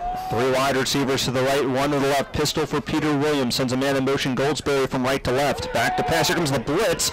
And Williams under pressure. He's going to be hit, and he's going to be sacked to the 35-yard line. D.C. Kane, part of the crew that gets the sack for Wesley. And it's going to be punt time for the Engineers. I think Julian Jones, Amir Petros in there too. Yeah, I don't know how you divvy up that sack into like 6ths. And we'll let you do halves. And a good job by the referee and the kids as he was stopped and really in a vulnerable position. Nobody slamming him to the ground or anything like that. Just wrapped him up and nowhere to go. Jared Hansen on the punt, stands at his own 22-yard line. Sean Hopkins, again needing 42 yards to become the NCAA record leader in punt return yards at his own 42. Hansen takes the snap, and the punt is away. It is a beautiful high kick, and Hopkins, with his back turned to the defense, fumbles the football. It is loose at the 21-yard line, picked up by the Wolverines, though, and getting up to the 30-yard line is going to be Devon Trader. I'm not sure what Sean Hopkins was thinking on that. I know what he's thinking. He's thinking, I want this record. And maybe a fair catch. What a great punt, great hang time, great coverage by MIT. And Hopkins going back. That catch would have been Willie Mays-esque, and not surprising that he fumbled that, but good job by Devon Trader hopping on that and actually getting about 5 yards on the return there for the Wolverines. So it'll be 1st and 10, Wesley at their own 30-yard line, leading 42-0, 4:19 to go before halftime. Joe Callahan out of the shotgun. Ben Martin in at tailback will take the handoff, run left side to the 30-yard line. And he's tackled from behind at the 32 as he tries to stretch the play out. Gain of 2, and Wesley's Matt Schmidt loses his lid, so he'll have to come out for one play. That'll bring DJ Taylor on to replace him for the down. The mandatory rule in college, and I believe high school as well. Matt lost his helmet too. I think he loses his helmet every week. He's kind of handsome for an offensive lineman. Nice eye black design. Oh, he wanted to show it off. The girls to see him. Second and 3 wide receivers to the right. Hand off to Ben Martin to the 35-yard line to the 40. The product out of the transfer from Rutgers with a gain of 10 yards. And there's a first down, Wolverines. Good run by Martin, doing a nice job protecting the ball at the end there, putting both hands over it. What a crisp day. Martin this season had 5 carries for 188 yards against Menlo out of California. 3 left, 1 right. Callahan is back, firing over the middle, complete the shade, the 45-yard line. Gets a block from Martin, needs a block from Bundy, gets it to the 50. Nice move of the defender at the 50 up to the 46-yard line. That was slick by Bryce Shade, and that is a first down on a gain of 12 for the Wolverines. Yeah, Cameron Regar, who's got a lot of tackles for this engineer defense, and I know he thought he had the kill shot there because I've been in that where you're running and you got the guy lined up and he doesn't see it, but a nice job by Shade making him miss. And off again to Martin, running right side, 45-yard line, trying to spin out of a wrapped-up tackle. Not going to happen. Gain of about 1. And a big hit made there by MIT's Goldman, who's listed as an offensive lineman, but makes the tackle on the defensive side. They'll set up a second down and 9, number 72. 3 wide receivers to the right, 2 to the left. Callahan back to pass, has all day to throw, fires over the middle. It's too tall, but a nice reach-up catch made at the 33-yard line. Andrew Monahan with his second catch of the first half, and that will move the chains. A first down, Wolverines. Yeah, pass maybe a little bit behind Andrew from Joe, but he was able to reach up and elevate and pick that one out of the air. First down, Wesley. First and 10, Wolverines, 42-0. 3 minutes to go, second quarter. Screen out, caught, bobbled, and loose in the ground. But I call incomplete there as Wesley ran that sprint out halfback play that we saw Jamar Baynard run. This time Ben Martin tried to make the grab, but hits the turf, and it'll be a second and 10. And here comes Jamar Baynard on for Martin. Yeah, Engineers more fortunate there because they came with the blitz off the edge. And if Martin could have caught that one clean, he might have been gone for a while. So second and 10, Wesley 42, MIT nothing. Second round of the NCAA Division III National Football Tournament. Trip to the regional finals on the line for the winner today.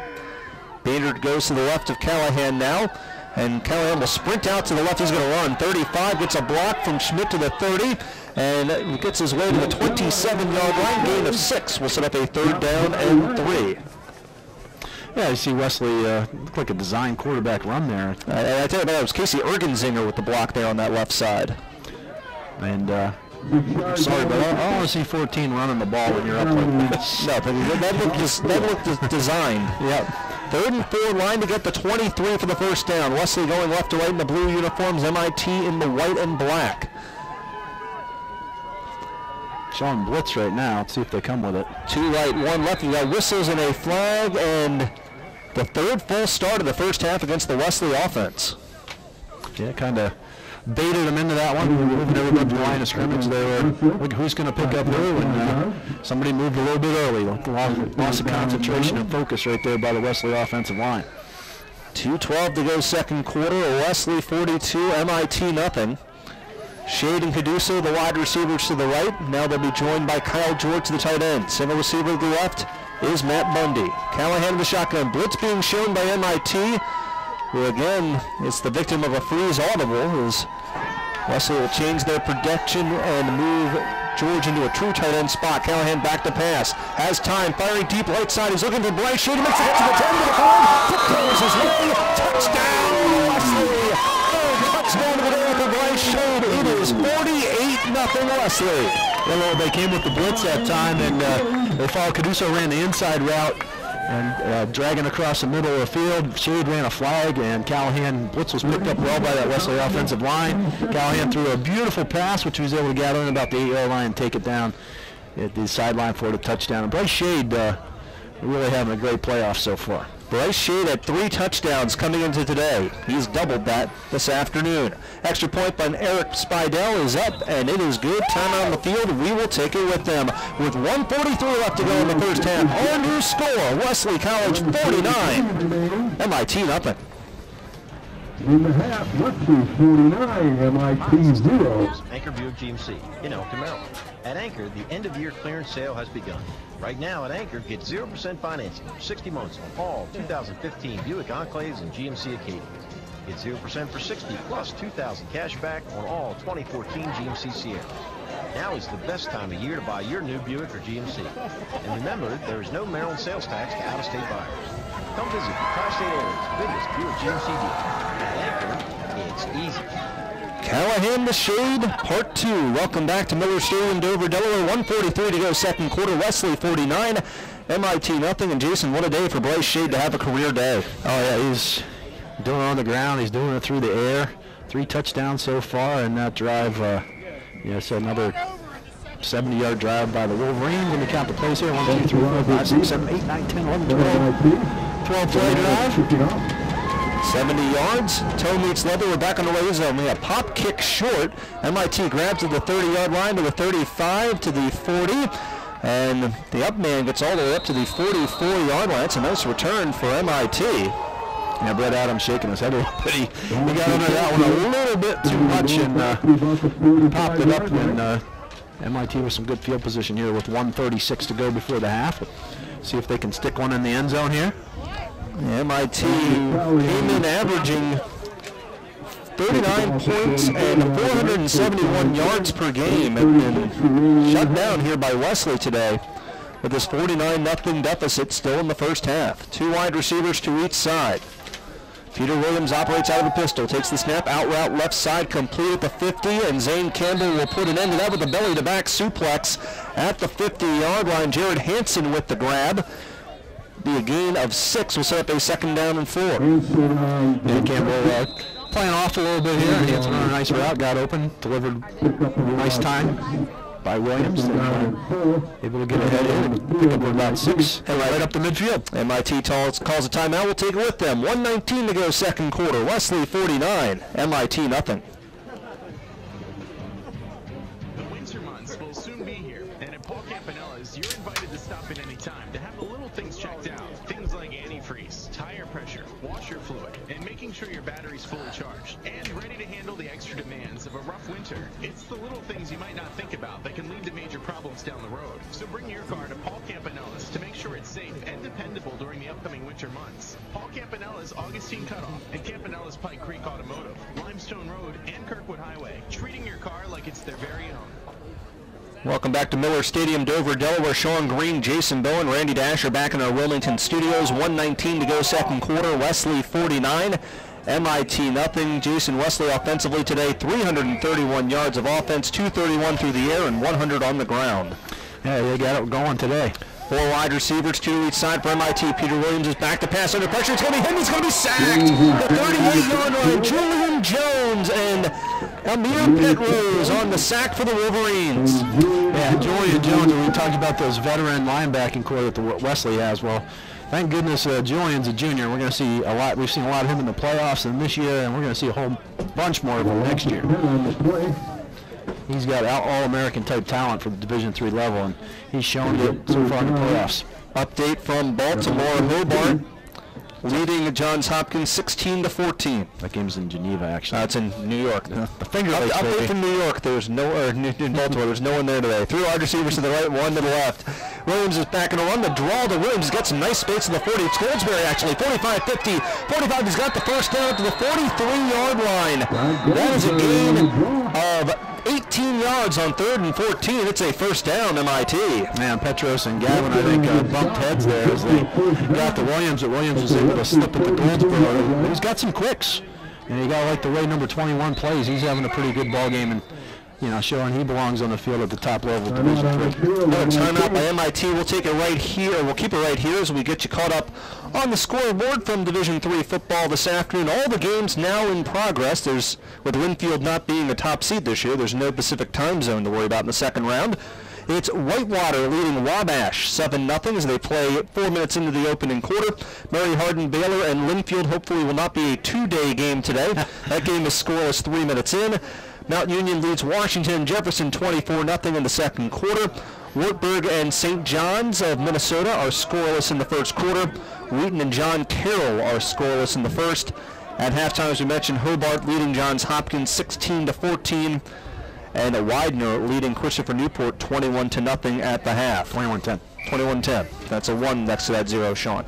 Birchton 10, MIT at the 43-yard line. 3 right, 1 left. High snap, Williams recovers and he's under pressure. He's going to be hit, and he's going to be sacked by Amir Petrose. Back at the 41-yard line. Amir Petrose just holding on to the ankles and bringing down Williams. Now Rich Logan in there for Wesley, too, helping finish off that. The lineman that the Wolverines like a lot, getting a chance to play here a little bit. We'll see if they end up splitting that sack. Well, that's a huge loss of 21 yards all the way back to the MIT 41, and that's going to do it for our first half here from Miller Stadium. For the second straight week, Wesley College, an impressive first 30 minutes of football, and they lead 49-0, Jason. Yeah, I mean, they really came out and played on all cylinders. I mean, they scored on special teams with the block punt. They scored on defense with the interception return. They've turned MIT over 3 times here, and you know, the offense has looked good too, with over 330 yards in the first half. So impressive. You know, and you know, the problem is the second half is keeping that concentration and you know, finishing the football game. And I have a feeling we're going to see a lot of the younger Wolverines here in the second half, maybe after the first couple series. Absolutely. We'll take a break. When we come back, it's time for the M&T Bank halftime report. We'll get you caught up on the D3 football scoreboard, a preview of our high school championship doubleheader from Delaware Stadium, and much more. At the break, Wesley College 49, MIT nothing. We're back to Dover in just a few minutes here on WDEL.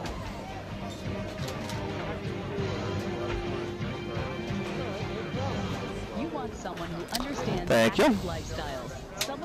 John, can I talk to you for a second? Absolutely. Okay, we're going to have to do Don as a phone because he can't hear you via the mix minus. Okay. We'll mess you up. Can you give me a cue when you want him and I'll call him? Give me a cue like 60 seconds before. Yeah, I'm going to, all right, here's what we'll do. We'll do this segment with news, and when we come out of this news segment, we'll do the update with Don. And then we'll do Medical Minute after that. Okay, great. Thank you. And helps people of all ages overcome bone and joint problems using the most innovative techniques, from arthroscopic surgery to cartilage restoration to meniscus repairs. His expertise is backed by the most trusted healthcare provider in the region, Bay Health. To learn more about Bay Health Medical Group, visit bayhealth.org/group. Or to make an appointment with Dr. Llewellyn, call 302 the meat tubes have arrived. 4366. Bay Health. Explore the possibilities here. I'm Frank Gerace, WDEL News. Newcastle City police have identified the victim of the city's first homicide since 1999. 18-year-old Malik Watson died Wednesday after being shot in the chest in Newcastle. Police spokesman Adam Brom says Watson is the first person to be killed in a murder in Newcastle since a domestic-related strangulation about 15 years ago. Police say they're looking for a... It's a nice thing to put the headphones back on, too. State police are looking for a suspect in a Friday afternoon bank robbery in North Wilmington. Police say the man gave a hold-up note to a teller at the Artisans Bank branch in the 3600 block of Silverside Road shortly before 2 p.m. and got away on foot after getting an undisclosed amount of cash. Police say the robber is white, 45 to 55 years old, and 6 feet tall with a thin build. He was wearing a dark-colored coat and blue jeans, and police say anyone with information can call Troop 2 or text DSP and their information 274-627. A 22-year-old University of Delaware senior fashion merchandising major killed in a car crash in Newark last Sunday will be laid to rest this Monday. Alexis DeFrancesco of Dover was killed November 23rd after the car she was in was hit by a red light runner south of Newark. She was a passenger in the car driven by her boyfriend, 18-year-old Alec Clark of Wilmington. The car was hit in the passenger side by an SUV as Clark was turning from Route 40 eastbound onto northbound Brookmont Drive. The university earlier this week said DeFrancesco was scheduled to finish her studies in December and graduate next spring. AccuWeather's next. Run a 30-second spot after this, and then we'll get ready for Don. Okay. Sun today, high 43 degrees. Tonight, partly cloudy, low 35. Tomorrow, milder with clouds and sunshine. And Monday, mostly cloudy with a shower in the area in the afternoon. Monday's high 60. I'm Frank Gerace, WDEL News. Thank you. We'll turn this on and off. Drive tips for smart drivers. Hi, I'm Jenna from Cap Callaway. It's always fun to be on the cutting edge. Texting while driving is one LOL at the wrong moment can render you or someone else DOA. Turn off your phone when you're in the car. Your text can wait. Isn't it more important that you arrive alive? Stay in control and drive smart. For more smart driving tips, visit smartdriveusa.org and ask about it at your school. Sponsored by State Farm Insurance and Wilmington University. Welcome back to the M&T Bank halftime report at the half in the Division III National second round. Wesley 49, MIT nothing. When we're done here at Miller Stadium, we'll take you up to Delaware Stadium, where Don Volz will have the call of the two high school championship games. First up, Laurel and Hodson, and then it'll be William Penn and Middletown. And Don, as you join us on the phone, we should have a fantastic afternoon of football still to come after we're done here at Wesley. Well, the great news, Sean, is the sun is out here, which it hadn't been earlier today. That'll make it a little bit more comfortable for the fans sitting here. We should have a couple of nice crowds. Certainly that second game with William Penn and Middletown. But the first game, a little bit intriguing, in my opinion, with a Laurel team that's now 10-2. They were 2-8 last year, and we talked with Coach Glenn Phillips a couple of days ago, Sean, and he said, "Oh, well, you know what? We just really set our mind to it. We grew up and all this, all the usual things you say." I just have a feeling that he had some good players on that team a year ago. Sometimes it takes a while for that chemistry to take hold, and I think all of a sudden, your freshmen are sophomores, your sophomores are juniors, your juniors are seniors, and all of a sudden they have a real good senior class right now. And, they want to run the football. They're not going to do much other than run it right at you. Meanwhile, Hodgson will rely on Ray Jones. Ray Jones, about probably 70 to 80% of the Hodgson offense. He's also pretty good defensively as well.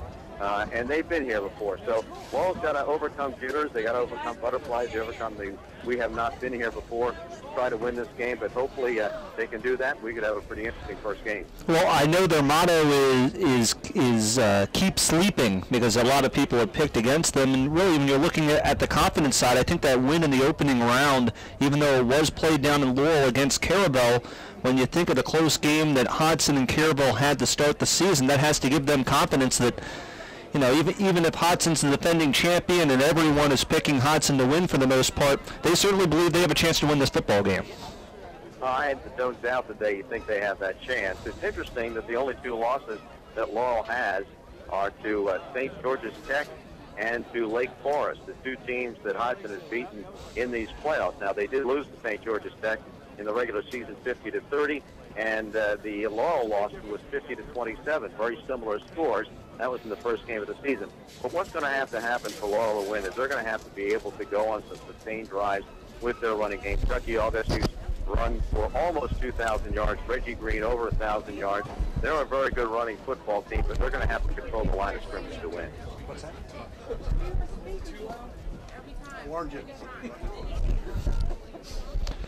I'm not here, Sean, right now. Yeah, sorry about that. It's had a problem here in the press box. Well, let's look ahead now to the Division I game, Don. And you have William Penn and Middletown in a rematch of a regular season game. And really it feels like two teams, again, much like we're talking about the first game with some star running backs, you've got two teams that have loaded backfields and not just one person shows in the backfield for the big school title.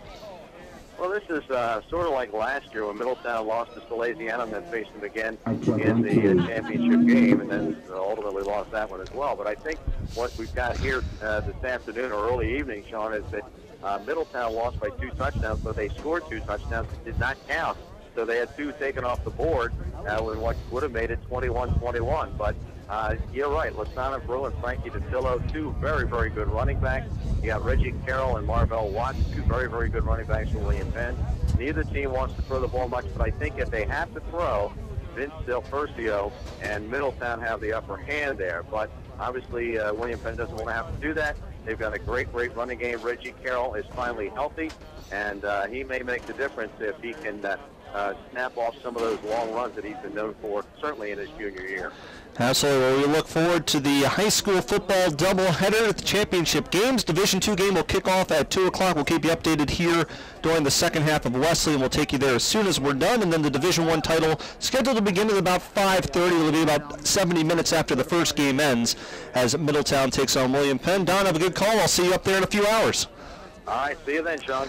Absolutely. We'll take a break here on the M&T Bank Halftime Report. Don Volz from Delaware Stadium here in Dover. It is Wesley 49, MIT nothing. We'll get you caught up on the first half stats, and also we'll look at the D3 scoreboard from around the tournament at the break. Wesley 49, MIT nothing.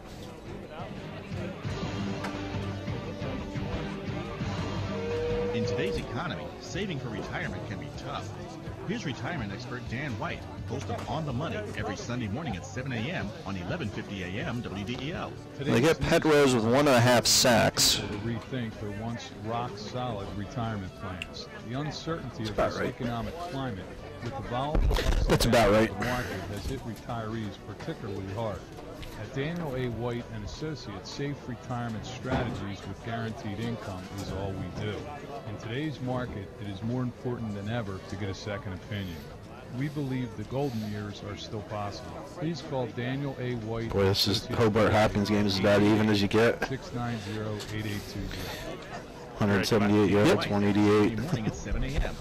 On the Money with Dan White covers topics concerning the market and current retirement strategies. Let Dan guide you on the road to a safe retirement. Listen Sunday mornings at 7 a.m. for On the Money with Dan White. Welcome back to the M&T Bank Halftime Report. Wesley 49, MIT nothing. Let's get caught up in the scoring summary from the first half. MIT took the ball to start the game, got a first down, but were forced to punt, and then Wesley won on a 70-yard drive. Bryce Shade, a 16-yard wide receiver run for a touchdown, and Wesley led 7-0. 13 seconds later, disaster struck. Peter Williams intercepted by Leroy Cheatham. He runs it back for the touchdown, and Wesley had a 14-0 lead, 9:45 left to go. Next drive, M&T got a first down, but then had to punt, MIT, and Andre Connolly with the blocked punt. DCK with the block punt. Andre Connolly picks it up and runs it back for the touchdown. It was 21-0 Wesley. 8:30 to go in the opening quarter. Next drive, next turnover. This time Julian Jones with the interception, and Steve Caduso turns it into a 41-yard reception for a touchdown. Wesley 28-0 at the 7:48 mark. MIT went on a sustained drive but couldn't get anything going in terms of any points. Wesley gets the ball back, drive 64 yards. Bryce Shade, a 23-yard touchdown reception for his second touchdown of the day. Wesley led 35-0 after one. Leon Jones with an interception, and that set up Andrew Monahan for a 12-yard touchdown. Wesley up 42-0 with 11:50 to go in the opening quarter. Peyton Rose would force a fumble. Wesley couldn't take advantage of that, but near the end of the half, Bryce Shade, 33 yards from Joe Callahan, his third touchdown of the day. Wesley leads at halftime, 49-0. Take a look at the team statistics. Wesley leads in first down, 17-11. Wesley 16 rushes for 100 yards. MIT 27 rushes for 39 yards. MIT with 41 passing yards to Wesley's 231 overall. Wesley outgaining MIT 331 to 80. And the Engineers have turned it over 4 times so far today. Wesley 3 for 3 in the red zone, 4 out of 6 on third down, 1 out of 1 on fourth down. Engineers 4 out of 9 on third down. They had a little bit of success there in the second quarter with that. Taking a look at the individual statistics, Brad Goldsberry has 11 carries for 37 yards. Justin Wallace, 7 carries for 23 yards. Wesley, Bryce Shade, the leading rusher right now with 2 carries for 30 yards and a touchdown. Joe Callahan with 3 rushes for 24 yards. Ben Martin, 4 carries for 22 yards. Jamar Baynard, 6 carries for 21 yards. So the Wolverines spreading it out. And passing-wise, Peter Williams, 5 out of 14 for 41 yards. 3 interceptions. He's been sacked 6 times here in the first half. And Joe Callahan, Joe at his best, efficiently 8 out of 22, 231 yards, 4 touchdowns. He has not been sacked. Receiving leaders, Brad Goldsberry has 2 for 18. And Sevi Espargo has 2 for 17. Jared Hansen has 1 for 6. Those are the Engineer receivers. Steve Caduso, 6 catches for 70 yards for Wesley and a touchdown. Bryce Shade, 5 catches for 82 yards. A couple of touchdowns. Andrew Monahan getting in the act. 2 catches for 25 yards and a touchdown. And Jamar Baynard, 2 catches for 22 yards. You take all that, divide by 4, and take the cube root of pi, and at the break, Wesley 49 and MIT nothing. We'll take a break here on the M&T Bank Halftime Report. When we come back, Don Volz will rejoin us. I'll have his medical minute with Dr. Michael Lanks of First Aid Orthopedics, and we'll be ready for second half action at the break. Wesley 49, MIT nothing.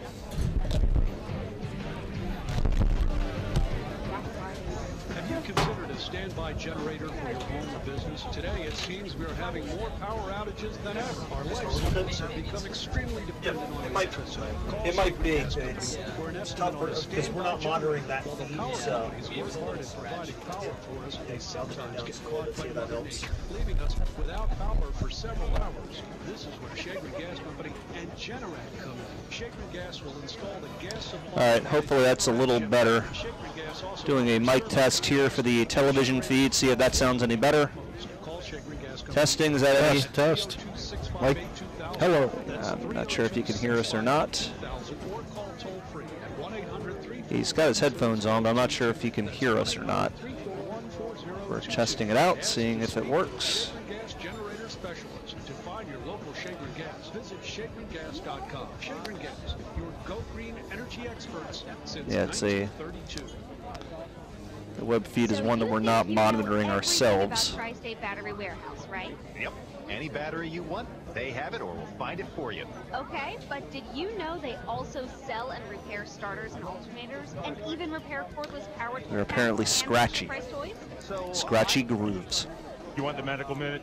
Just me Yes, to run it? yeah, just run it, yep. Okay. Yep. Any battery you want, Tri-State Battery has it. Or we'll Linfield leads them UMHB. Yeah. Visit tristatebattery.com. I'm thinking they might win that game. It's halftime. Well, Hardin Baylor plays like they did last week. And now it's 7-all. And something that was quick. Didn't take them long. Almost 20 years ago now. But you're telling me Tell you what, it's that been there a are new ways quite the second week lineup for the most part. Idea what it is and when they should see a doctor about it. Yeah, no, if we're showing this, if we're airing this particular time and it's cold outside, no, we're not talking about a shoulder that's cold. We're talking about a shoulder that doesn't want to move. And it has two phases. Wabash is hanging in there. W&J hung on there for a while, but then the floodgate broke. What it is, it's called adhesive capsulitis. It's the thickening of the Mount Union is a tough place to play. Yeah, it really is. And it becomes particularly thick and restrictive, so that every time you get a little bit more motion, you set up more inflammation, which sets you back. The treatment is if you can't put your coat on after you did too much, whatever that might be, that you need to come in and get a shot into the socket joint so to calm it down. Ow. It's not a time to rough it through. It's not a time to go to therapy. It's a time to behave yourself, maybe get into a hot tub or a swimming pool and just work on the motion until it doesn't hurt to put your coat on, but you still may not be able to do it, and then go for therapy. What's that guy out there? Builds up over in the time. tail, It doesn't. It wasn't there yesterday, and all of a sudden is there today. It does, and that's a good pickup, Don. And it usually tends to be the shoulder you don't use. That makes no sense. I don't know what the policy on PSAs is. Probably have a better chance of doing the PSA than we do of a Elk Zone commercial, right? You can sneak that in there at some point. All right. To do the fast and turn technique, they learn to adjust to it. But for coaches, it usually comes on usually the second week after practice where they haven't thrown. They've thrown a lot of balls. It's usually the quarterback, the older quarterback coach, maybe in his 45 or 50. Thinks he can still wing it. Well, he has to wing it because he's thrown it over and over again, and then he has some issues. Now, that could be a rotator cuff irritation, and we talked about that off camera. There's at least a Flyers jersey over in the MIT section. That can happen. Yeah. I agree with that. The Bruins, I'll go there. They're kind of national. They have people from all over the place. He got a Dolphins jersey 4 in front of him. I think they had one of the kids was from Florida. They had Florida, Colorado, Oregon, Washington. Ready to come back? Thanks to Dr. Michael Axe from First Aid Orthopedics on our medical. Well, we welcome you back to Miller Stadium here on the M&T Bank halftime report. 49-0 Wesley at the break. Let's get you caught up on the scores from around the rest of the country. Yeah, we got number 1. UW Whitewater is up 7-0 over Wabash. Started the second quarter. Linfield and Mary Hardin Baylor. That probably maybe the most interesting and competitive matchup of this second round is 7-7 midway through the first quarter. Mount Union, Washington Jefferson hung in there for a while, but the Purple Raiders now up 45-0 just before the half right there. Wartburg and St. John's starting the second quarter, still no score. John Carroll and Wheaton. John Carroll leads 7-0 with 1:05 to go in the first quarter. And still at the half, Hobart leads Johns Hopkins, 16-14. And still in the half, Widener, 21. Christopher Newport had that big upset last week at Delaware Valley, 21-10. And here at Wesley's Miller Stadium in Dover, Delaware, at the half, Wesley 49, MIT nothing. That'll do it for the M&T Bank halftime report. When we come back, it's time for the second half of college football. Division III National second round, Wesley 49, the Massachusetts Institute of Technology nothing. Welcome back to the Cat Show. Up next we have Nico. Nico is a member of the Shelter Pack Group. That's right. Just wanted to break in there. I don't know if I'm trying to, if anything, try to burn off spots here so we can be ready to go straight to Don at the end of the game. Okay, great. When I bring you back, I'm going to step out for a second. Not a problem. Somewhere in between. You know, it's always. It'll be Wesley ball. Just look I also have to record at 1:55. Yeah, you just want to go hit that record button whenever. A strong road feet. Okay. The pitch on her home. Super fantastic.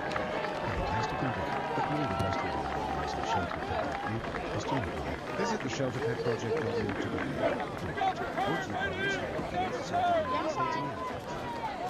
We welcome you back to Miller Stadium in Dover, Delaware at the half of the Division III National second round.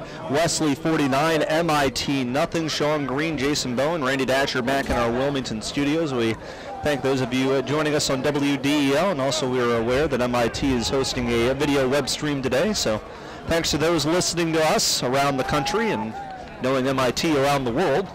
This afternoon here is MIT playing in their first ever Division III National Football Tournament. Picked up an overtime win over Husson of Maine last week, but in this first half, just the momentum kind of went against them in that stretch where Wesley scored 28 points in 2 minutes and 10 seconds, and they just haven't recovered. Yeah, and you know, if you're from MIT, you don't have to feel too bad about this. Wolverines have done this to most of their Division III opponents this year. They've played at a high level. You know, teams like Rowan and Salisbury and Louisiana College and Hammond Sydney are, playoff teams here and there. The Wolverines have really been able to shut them down this season. So, we've got a football game here in the second half. I'm sure we're going to see a lot of fight out of the Engineers as these guys, you never know. Wesley was down 31-0 to Mount Union after a quarter last year and came back and almost won that football game. So maybe the Engineers can turn it around here in the second half. But definitely playing for pride, and didn't see any quitting those guys in the first half. And let's have a good healthy second half of football here for both teams. Tucker Cheney, we were impressed with him in the pregame. He was hitting 55-yard field goals with his wind at his back, and that's how this will play off. As Tucker Cheney, the sophomore, points to his left, approaches the football slowly. Toe meets leather, we're underway. High kick coming down to the near side. Bryce Shade, who has 3 touchdowns today for Wesley, cuts it at the 3, to the 10, to the 15, 20, to the 25. Shakes off a tackle to the 30. Flag is down as he gets up to the 32-yard line. Nicholas Fernandez with the tackle for MIT. We'll see what the laundry's about. Probably a little on Wesley were blocking the back, and looks like they threw that down about the 19 or 20-yard line, so probably holding on Wesley to back them up just inside their 10-yard line, looks like. Sounds like the flag is against Andre Connolly, who has a punt return, a blocked punt touchdown in this game for Wesley. So they'll mark it off against the Wolverines, and they'll start 1st and 10 from their own 10-yard line. Joe Callahan, the first half, 18 of 22 passing for 231 yards, 4 touchdowns, and no interceptions. And now puts him at 43-5 for the Gallardi Trophy semifinalist. 3 wide receivers to the left, Steve Caduso to the right. Read option, hand off to Baynard, running right side across the 10. Gets out to about the 13-yard line. Gain of 3 will set up a second down and 7. Line. Yeah, and the Wolverines here, you want to establish the run game here and, take your time. Don't need to play fast here and just run the clock out here. Don't get anybody injured. You can't play not to get injured. And, you got to play your players for a few series here because, you got to be in shape for a game next week. But 2 wide receivers to the left, 1 to the right. Hand off to Baynard on the delay to the 15, trying to sneak through a small crack. Gets up to about the 18-yard line. Let's set up a 3rd down and 2 as he couldn't quite slip through that crevice. Yeah, he would have needed to leap through that one. He would have to get up and over there. But going to bring up a 3rd and 3 as Kyle George limps off. Robinson's going to go in there. Alex Oakes on the stop for MIT. 3rd and 2, line to get the 20 for the first down. 2 wide receivers to the right, 3 to the left. Callahan in the empty backfield.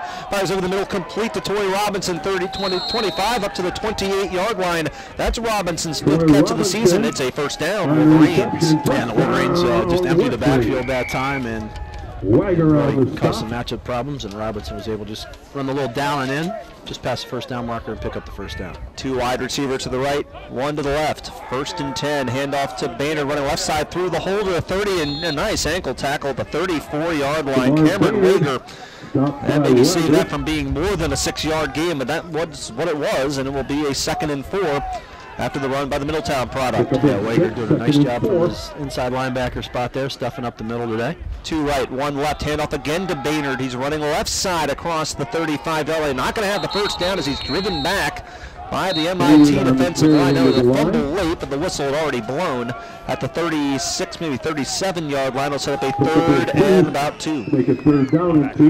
Yeah, fighting his way through there, but we're going to bring up a 3rd and short. Let's see if Wesley spreads it out once again here on 3rd down. Called a 3rd down and 1. Tight end left, 2 wide receivers right, 1 to the left. Callahan will hand it off to Baynard up the middle. Gets the first down as he pulls his way up to the 40-yard line and then is pushed back. Another fumble, but ruled down by the far side official immediately. And it will be a first down for Wesley. And MIT getting aggressive going for the football, forcing 2 fumbles after the play on the last 2 plays. But for Wesley, possession maintained and a first down Wolverines. Tomorrow Baynard loses his helmet on the play too, as well as the football after the play, so Brandon Wright checking in there. 4 wide receivers to the right, 1 to the left. Now Wright goes in motion to the right of Callahan. Handoff is to Brandon Wright. Up the middle, now trying to cut back to Wright. Fumbles the football and is loose and picked up by the Engineers at the 37-yard line, driving his way to the 35 and still trying to pull forward. And Wesley saying we got the football back. And let's see who's got the football. It is going to be Wesley Ball. Looks like Bryce Shade. Bryce Shade recovers the fumble by Cameron Wager. So Wager recovers the fumble, fumbles it away, and Wesley gets it back. That was a crazy one. Recovered by MIT. Wesley recovered the 2nd fumble. Wesley Ball, first down. Ball there from a lead official, and after all that, it will be 1st and 10 Wesley after the change of possession. Yeah, but Brandon tried to cut that back towards the middle, and somebody got an arm in there, and the ball went flying up in the air. Wagar caught it, and you know, he's a rough, tough player, number 15 for the Engineers. He's trying to get as much as he could, but sometimes discretion, the better part of valor. Get the team ball back for your team. Ben Martin now checks in at tailback, and he's running left side. He's going to be chasing the backfield and knocked back at the 29-yard line. Excellent pursuit by the MIT defense. We've seen Martin turn that corner and go earlier this year, but this will be a loss of 4. Yeah, Emberly strung him out there. One linebacker, he's the big play guy, but then Wagar, he brings a brutal hit at the end of that one on the far sideline. Nice stick and loss of about 4 right there. So it'll be 2nd down and 14. By the way, turnover for Wesley, just their 14th of the season, and this is game number 12 of the year. So Wesley's done a nice job of holding on to the football. 3 wide receivers to the right, 1 to the left. Joe Callahan in the shotgun, play action, back to pass, has time, now steps up in the pocket, he's under pressure, flings it out right side to Baynard. Going to try to break a tackle, can't do it at the 35-yard line. Nice secure tackle made by Anthony Emberly again. Wesley does get some of the yardage back on that first down loss. It's a gain of 5, setting up a 3rd down and 9. And really the first time that Callahan's seen any pressure today, but Joe with good pocket presence, able to step up and kind of roll out to his right and flip it out to Baynard. Pass was a little high. If Jamar could have caught that one on the run, he might have had something. 11:05 to go 3rd quarter. Wesley 49, MIT nothing. This is sort of the opening drive of the 2nd half, but Wesley did turn the ball over technically before recovering a defensive fumble by MIT. Callahan under pressure again. He's hit in the backfield, now flings it too tall, looking for Steve Caduso. And Callahan's throw will be incomplete, and MIT able to force the 2nd punt of the day here for Wesley. Yeah, and again, able to get a little pressure on Callahan that time, who stepped up in the pocket and then pretty well covered down the field, so Joe just threw it out of bounds. Took a little bit of a late hit there. Stay off our 1-4 there, please, Engineers. Nick Miller on the punt. So on to punt, Nick Miller. He'll stand at his own 21-yard line. Sevi Asparago stands at his own 30-yard line, hoping for a return for MIT. Punt snap is good. Punt is away. It's a low topping spiral, and will take an MIT roll to the 47-yard line. It'll be a punt of just 18 yards. And Jason, we mentioned this in the pregame show. This is something that Wesley's got to be a little bit concerned about, is the punt game. Yeah, you're going into the win, but now you're looking in the last 2 weeks of punts of 2, 5, and now 18 yards. Oh yeah, and that's something you work on, and you play with the guys you got, and you hope that the rest of them can pick up for you where some of your other weaknesses are. 2 wide receivers to each side, pistol formation. Peter Williams takes the high snap, bobbles it, it's loose, and now just falls on it at his own 40-yard line. Trouble with the snap there from Harris Challet, and it'll be a loss of 6. Well, the snap was good. I think Williams was just trying to pitch it out to Goldsberry on that quick little option flip there, and he just tried to flip it before he caught it. And he's fortunate to be able to get on top of that one, but they're going to lose 6 yards on the play. 2nd down and 16 for the MIT Engineers. 2 wide receivers to each side. Peter Williams out of the traditional shotgun. Takes the high snap. He's back to pass. 3-step drop under pressure. Gets out of it there to the 40. 45 is going to run and get up to the 50-yard line. That time he's lowered his 6'3" shoulder and got out of that pile and escapes for 10 yards. And will set up a 3rd down and about 7. That was a really good job by Wesley keeping their pass rush lanes there and kind of hemming them in, but he did a nice job of escaping, stepping up in the pocket and ducking under one of the defensive tackles and able to get ahead for about 9 yards to set up a manageable 3rd and 7 here. Line to get is the 44 for the first down of Wesley. Ball at the MIT 49, going right to left, white uniforms, black pants. Williams takes the snap, 3-step drop, flushed out to his right. He's extending the play, now stops, he's going to be hit, and he's going to be sacked. D.C. Kane with the sack back at the 43 or 47-yard line, a loss of 2, and Kane continues his fantastic day. Yeah, and really fantastic few weeks he's had here as the Engineers will punt here now on 4th down and 9. ECAC Player of the Week against Charlotte a couple weeks ago. And a couple sacks each of the last couple weeks. Yeah, I tell you how many sacks it is for Kane today, but the NCAA stat book doesn't have defensive numbers in it. Punt snap is high, recovered and away. It's a high booming spiral. Sean Hopkins goes over his head at the 10 to the 5. It will take an Engineer roll inside the 5, and a sideward bounce all the way down to the 2-yard line. That is a beautiful punt of 51 yards all net by Jared Hansen. Yeah, he got a nice roll there, right down at the 1-yard line. So the Wolverine offense going to be backed up here for their 2nd/3rd possession of the second half. Yeah, so Wesley with the 49-0 lead. Joe Callahan today throwing the football is 20 of 25 for 246 yards and 4 touchdowns. Bryce Shade 5 catches for 82. He's also got 30 yards on the ground. Steve Caduso 6 for 70. And a touchdown to Jamar Baynard with 68 yards of total offense. 1st and 10 Wolverines. Ball spotted officially at the 1. Callahan in the shotgun. Takes the snap. He's back. Sprints out to his right. Now fires short. Complete the shade to 5, to the 10, 15, to the 20. Tries to make a move and gets up to the 22-yard line. That is a gain of 21 yards. And Wesley's out of the shadow of their own end zone and have a 1st down Wolverines. Yeah, they clear out and run most of the receivers deep that time, including Caduso. And then you run the little skitter shade underneath.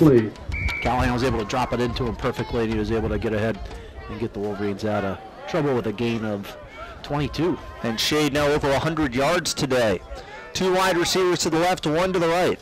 Callahan takes the snap, hand off to Baynard up the middle, 25 in the read option to the 30, and spinning his way up to the 31-yard line. Finally brought down by Maxwell Rustin, the defensive tackle, but again a nice gain of 9 yards for Baynard, his longest run of the game. Will make it a 2nd down, officially an 8-yard gain. It'll set up a 2nd and 2. Timmy Adebayo a little slow getting up for the Wolverines on the offensive line there, but he says, I'll stay in. Baynard will check out. Ben Martin has checked in here on 2nd down and 2. 2 wide receivers to the left, 1 to the right. Read option, handoff is to Martin, trying to get outside, and there is just nothing there, although he breaks the tackle to the 30. He's going to have some space now over the 30, 45, 50, 45, 40, how about this? 30, 20, 10, 5, 30, 30. 69 yards 5-0 Wolverines. Well, look, he started out to his left there, and it looked like his knee almost went down, like 4 yards in the backfield. How that knee didn't go down, I don't know.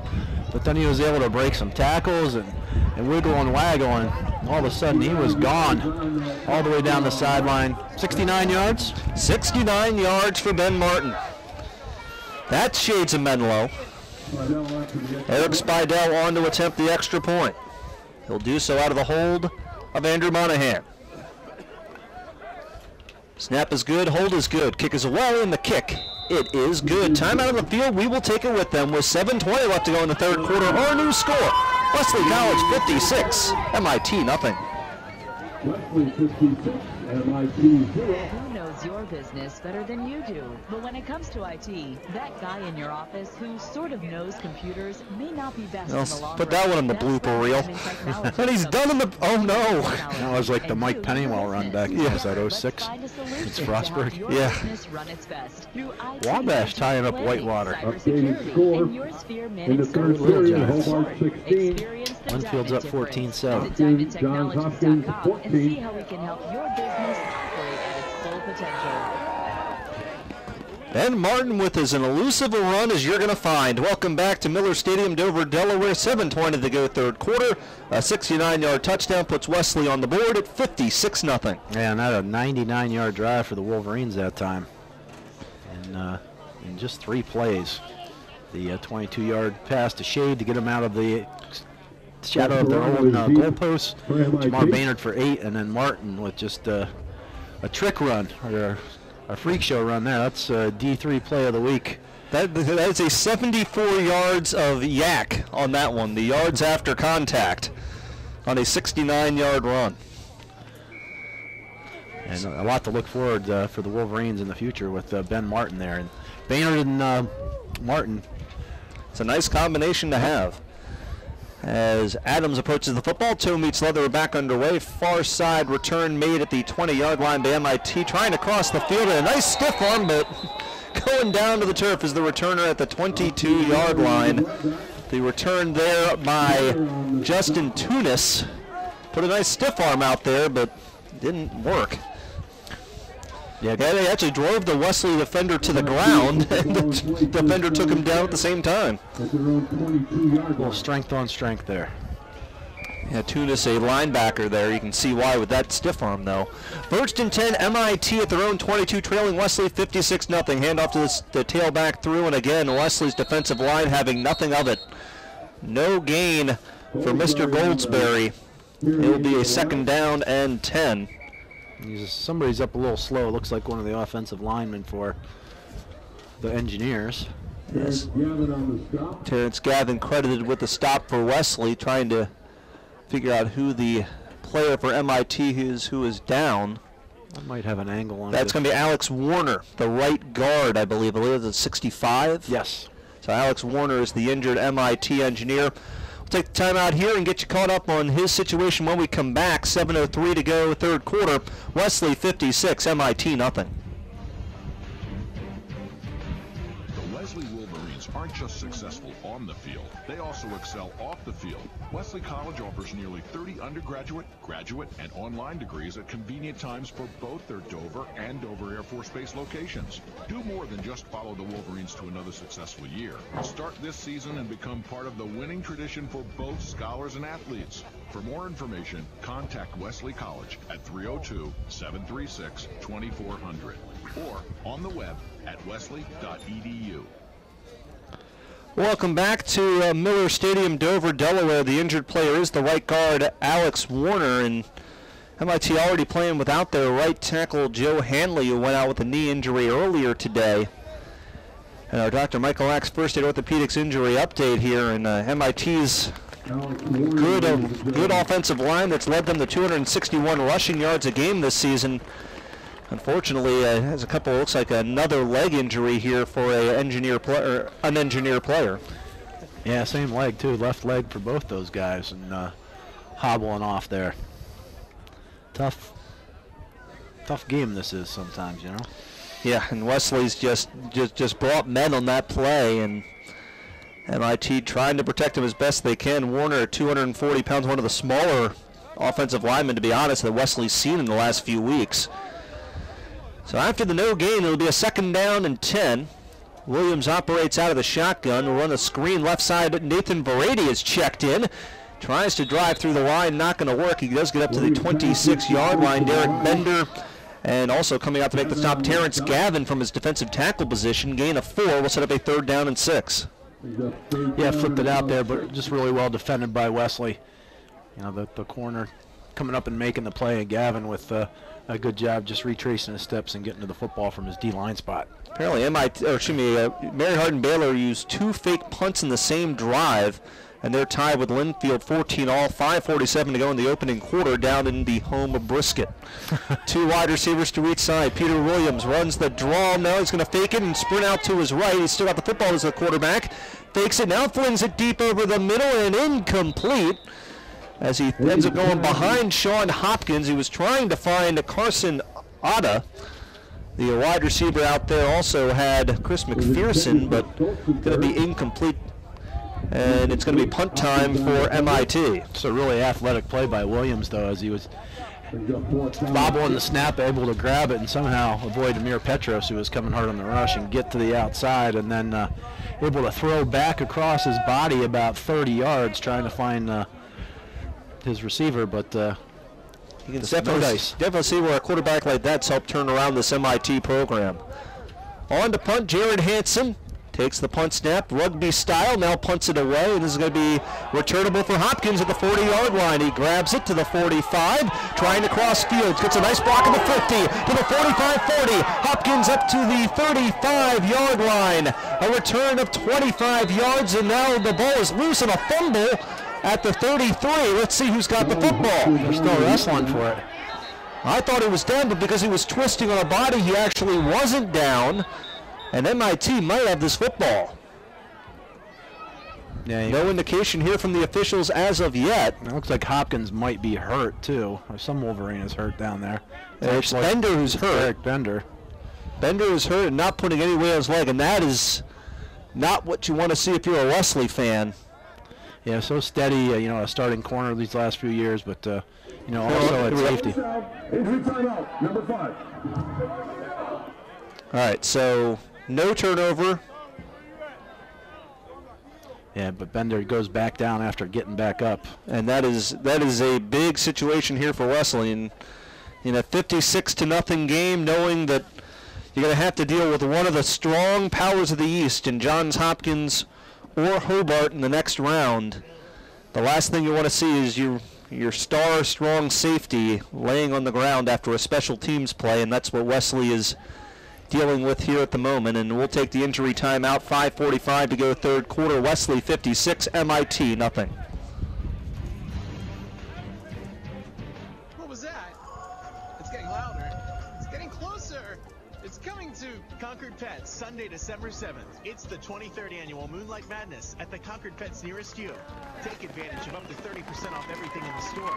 You heard it right, up to 30% off. But no weight at all. Derek Bender, ladies and gentlemen. Oh, boy. Now with 27 great locations between Princeton, New Jersey and Seaford, Delaware. There's bound to be a Moonlight Madness near you. This is the home of the Wesley College Wolverines. 1150 AM WDEL and 93.7 FM WSTW HD3 Wilmington. Delmarva Broadcasting Company stations. And we welcome you back to Miller Stadium. Derek Bender putting no weight on that left leg as he comes to the sideline. Suskin Kapapula and the training staff helping him off. And you know, that kind of a loss cannot be underestimated. Yes, Wesley's deep, but he has been such a key member of this Wesley squad the last 4 years. And certainly hope to have good news on his front at some point. 1st and 10 Wolverines after the return by Hopkins at the 20 at the 33-yard line. Handoff is to Brandon Wright. He'll run left side, sneak out of the pile, getting all the way up to the 27-yard line. That's a run of 6 yards. A 2nd down and 4 as Wright continues his chase for 2,000. Yeah, it'd be nice to see, you know, Brandon Wright to missing almost 2.5 years with injury. It'd be nice to see him get over that 2,000 mark for his career. Snap recovered by Zach Smith, who has checked into the lineup here, and he will get to the 23-yard line. So a new quarterback in for Wesley. And it will be a first down for the Wolverines. Zach Smith, 5'10", 180-pound sophomore out of Elliotsburg, Pennsylvania. He's rushed for 78 rushing yards this year and is 9 of 12 passing for 133 yards. And he loves to run that football. He gets a chance to run it. There's not too often on the read option that he gives it to the tailback. He likes to keep it himself. 2 right, 1 left. Monahan goes in motion from right to left. This time he will hand it off to Ben Wright up the middle across the 10 and up to the 9-yard line. A quick sprint of 13 yards, and it is a first and goal. Wolverines as Ben Martin with a couple of nice big runs here in the second half. Yeah, and you can just see why he has that ability that had Division I programs looking at him and where he was at. And he was at Rutgers, was able to just make that plant and get up the field. And now Kennard Squirrel is in there. The senior with 4 touchdowns on the senior season. 2 wide receivers to the right, 1 to the left. Zach Smith, read option. Handoff is to Squirrel up the middle of the 10 to the 5. Driving his way down to the 4-yard line. That'll set up a second and goal at the 4 for Squirrel, the product out of Aberdeen, Maryland. And this Wesley offensive line doing a nice job moving people off the football. Hodson with an 8-0 lead. We'll get you caught up on the high school scoreboard in just a minute. 2 wide receivers to the right, 1 to the left, hand off the Kennard Squirrel, running off left side. Not much there as he stopped at the 4. Ray Jones, the touchdown run for Hodson. 2-point conversion good. And it is 8-0 Hodson over Lowell in the first quarter up at Delaware Stadium. Don Volts will have your call as soon as we are done here from Miller Stadium. Cameron Wagar, I'll take that guy on my team, linebacker for the Engineers. Great fill there to stuff things up here and stop that play for no gain. He's a good football player, number 15 for the Engineers. 3rd down and goal from the 4. Zach Smith out of the shotgun. Send the man in motion from left to right. That's Torrey Robinson, the tight end. Flag is down. Screen is complete to James Okeke at the 10. Cannot shake an ankle tackle at the 6 as Anthony Souffrant comes up to make that stop, along with Seth Studebaker. See what this flag is here. There's a flag down right at the snap. I'm guessing it's an illegal shift because it came right at the snap as Robinson was going in motion from left to right. You would think they would decline that and force the Wolverines to kick a field goal. The formation, that means Wesley had 6 players on the line more than likely, and the declined penalty will be a loss of 3 for Okeke, and it will be field goal time here for Wesley. And the interesting story of Eric Spidell. Yeah, Spidell starting the season as a ball boy, member of the baseball team, and Wolverines at times struggling with their kicking game through the first few games of the year. And he said, "Coach, I think I can kick," and he hasn't missed an extra point yet. He'll try a 24-yard field goal. It's a low-line drive, but it is good. He's 8 of 9 on field goals, 68 of 69 on all types of kicks. Time out of the field, we will take it with them. 2:55 to go in the 3rd quarter. Our new score, Wesley 59, MIT nothing. MIT 0. It's that time of year again. Christmas is fast approaching, and that means lots of get-togethers and gift buying. One stop that's a must, Brewers Outlet. Brewers Outlet has more than 600 brews and microbrews, so there's something for everyone, whether you're hosting or visiting. Plus, a gift card from Brewers Outlet would make a great stocking stuffer. You can even pick up your Christmas tree from Brewers. Lots of one-stop Christmas shopping. Brewers Outlet, Route 202, just north of the PA-Delaware line. Welcome back to Miller Stadium, Dover, Delaware. 2:55 to go, 3rd quarter. Wesley 59, MIT nothing. Wesley taking advantage of the punt return by Sean Hopkins and turning it into 3. Yeah, nice little drive there. Scores other games here. Whitewater leads Wabash 10-7. That's late in the 2nd quarter. Mary Hardin Baylor and Linfield all tied up late in the 2nd quarter at 14. Mountain Union rolling over W&J 48-0 early 3rd quarter. And Wartburg and St. John's scoreless at the half. And we've got John Carroll 7-0 over Wheaton late in the 2nd quarter there, and Hopkins and Hobart still 16-14. Hobart start of the 4th quarter. Winner of that game plays the winner of this game. Toe meets leather, and here's MIT with a big return to the 35, 40, 45, and all the way up to the 49-yard line. That is Sebi Asparago, a huge return here for MIT on the low line drive kickoff by Brent Adams. And MIT trying to find their first points of the day. Will start 1st and 10 in excellent field position at their own 49. Yeah, the Engineers haven't had a whole lot to cheer about today, but that was a pretty good return right there by Espargo, and got their crowd going over a little bit in their sideline. let's see if they can get one in the end zone here before the end of the football game. Offset eye pistol formation. Peter Williams sends a man in motion, hands it off to Goldsberry up the middle in the Wesley territory, up the 47 yards yard line, gain of 4 for the senior out of Elizabeth, Colorado. Will set up a 2nd down and 6. Goldsberry today rushing 13 carries for just 41 yards. He came in with 570 rush yards on the year. As they're looking to the sideline here, they're a team that likes to run on quick, and when you're down 59-0, sometimes you just want to try to slow the pace down. We've already seen 3 injuries in this game, 2 to MIT linemen, and on the last drive to Wesley's safety, Derek Bender.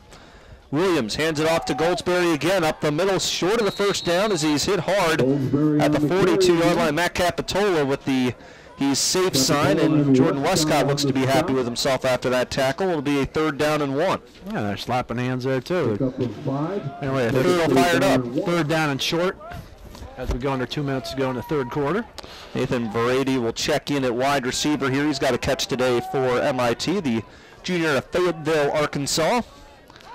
3 wide receivers to the left, 1 to the right. Haven't seen Justin Wallace in there for the Engineers lately. Williams takes the snap. Blitz coming from the outside. Handoff inside. It's not going to work. Goldsberry is hit in the backfield. Wesley said pressure from the outside, but it was the inside that got the job done, and Amir Petrose helping to seal that hole. A loss of 3 will set up a 4th down and 4 for MIT, and they might as well go for it, down 59 with 1:11 to go in the 3rd quarter. Yeah, Capitola in on that along with Namdi Joku for the Wolverines. Wolverines rotating people in and out liberally here along the D-line and the linebacking spots. 15 on the play clock. 55 seconds to go in the 3rd quarter. Wesley 59-0. They led 49-0 at the half. 2 wide receivers to each side. Peter Williams operates out of the pistol. Wesley bringing the pressure again. Fires too tall, intended for Chris McPherson, and going up was Devon Trader, hoping for the interception. And Wesley will get the football back with 44 seconds left to go in the 3rd quarter, up by 59. Wolverines did come with the blitz that time, and you got to credit Williams with hanging in the pocket there. But the pass was just a little bit high. They did have the height advantage as he was trying to get it to number 13, Chris McPherson. But as he went up, he just couldn't get up high enough. Coming into from the sideline is Zach Smith, in for his 2nd offensive possession for Wesley. Tailback will start with Ben Martin. 1 wide receiver to the right is Matt Bundy. 2 wide receivers to the left, Wiggs and Monahan. Blitz coming. Play action. Pick pop over the middle looking for Torrey Robinson. He's got the catch at the MIT 38-yard line. A gain of 17 yards for Robinson on his 2nd catch of the day and 6th of the season. Oh, yeah, MIT coming with the run blitz there up the middle. So good job by Smith just pulling it out of there. And as if the linebacker is blitzed, there's really nobody in there. And he did a nice job at dropping in for the 1st down. 3 left, 1 right, and that snap goes over Smith's head. He's going to have to slide on it all the way back at his own 42-yard line.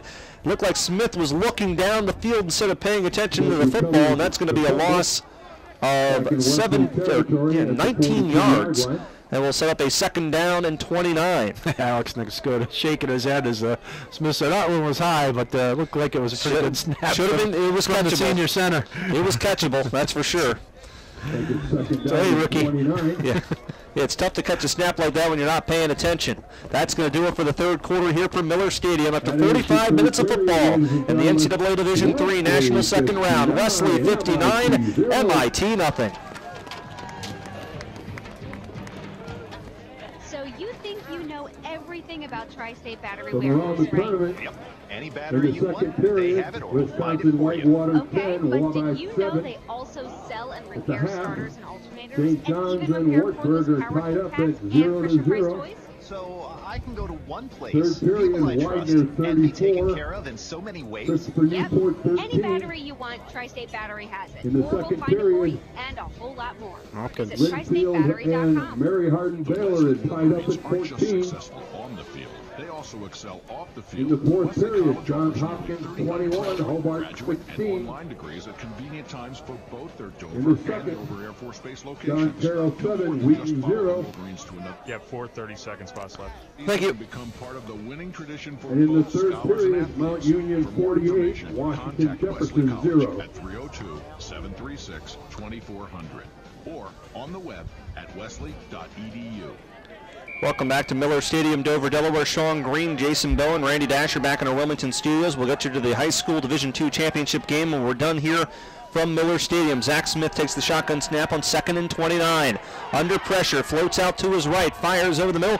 It's complete. He's got Torrey Robinson, the tight end, his second catch of the drive. And he'll get a good bit of that loss on first down back, as it'll be a gain of about 14 yards, but still set up a 3rd down and 14.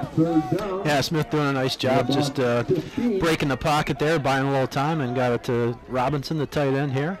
And Wagar, I like that guy, man. He's a good linebacker. He is all the way. He delivered the blow at the end of that. He said hello, Torrey. He had 11 tackles at the half, and he's well on his way above that. 2 wide receivers to each side. Lined against the 28 for the first down. Smith back to pass. Nice pocket. Has all day to throw. Fires over the middle. Complete to Robinson. Again, he'll be short of the first down, though, as he gets to the 30-yard line. He needed the 28. It'll be a gain of 13, and Wesley will probably go for it here on 4th down and 2. Yeah, why not? I mean, field goal. There's no sense, really. It looks like they have the wind at their back. The wind really hasn't been too much of a factor today from what we could see. But yeah, 47-yarder. Run the football here maybe and just 3 left, 1 right. Kennard squirrels the tailback. Ball is loose on the fumble, and it's going to be kicked forward, and it'll be recovered by MIT at the 21-yard line. The recovery made by Rex Shepard of MIT. Yeah, that one, football follies like there is, again, Smith having a little trouble with the snap there. Fell down and then kicked it. I was going to call that a punt. I wasn't sure who kicked that. If that was Smith or that was Skrill who ended up kicking it, but it goes forward, and you can't advance a fumble on a 4th down anyway, so there was no way Wesley was going to get a first down once it hit the pavement. But it'll be 1st and 10 MIT at the 22-yard line. Screen right side complete, and making a beautiful hit on the tackle. Andre Connell, he's had himself a fantastic day on the catch by Sevi Espargo. And it'll be a loss of 2 yards. And another one of those guys, you know, if Derek Bender's hurt for any extended period of time, has played so well on special teams, has experience, rotates in there, and you know, it's good to have guys like Andre Connolly on your football team. You're going to see a lot of him in the future. 2 wide receivers to the left, 1 to the right. Play action. Williams sprinting out to his left. Throws across his body. He's got a receiver on the flag round. It's complete all the way up the 47-yard line. Chris McPherson, the junior out of Gaithersburg, Maryland, outside of D.C. And that's a first down engineered by MIT. Yeah, little flagger out there off play action. The boot pass out to the left and perfectly placed in there just before the defender got there to deliver the blow.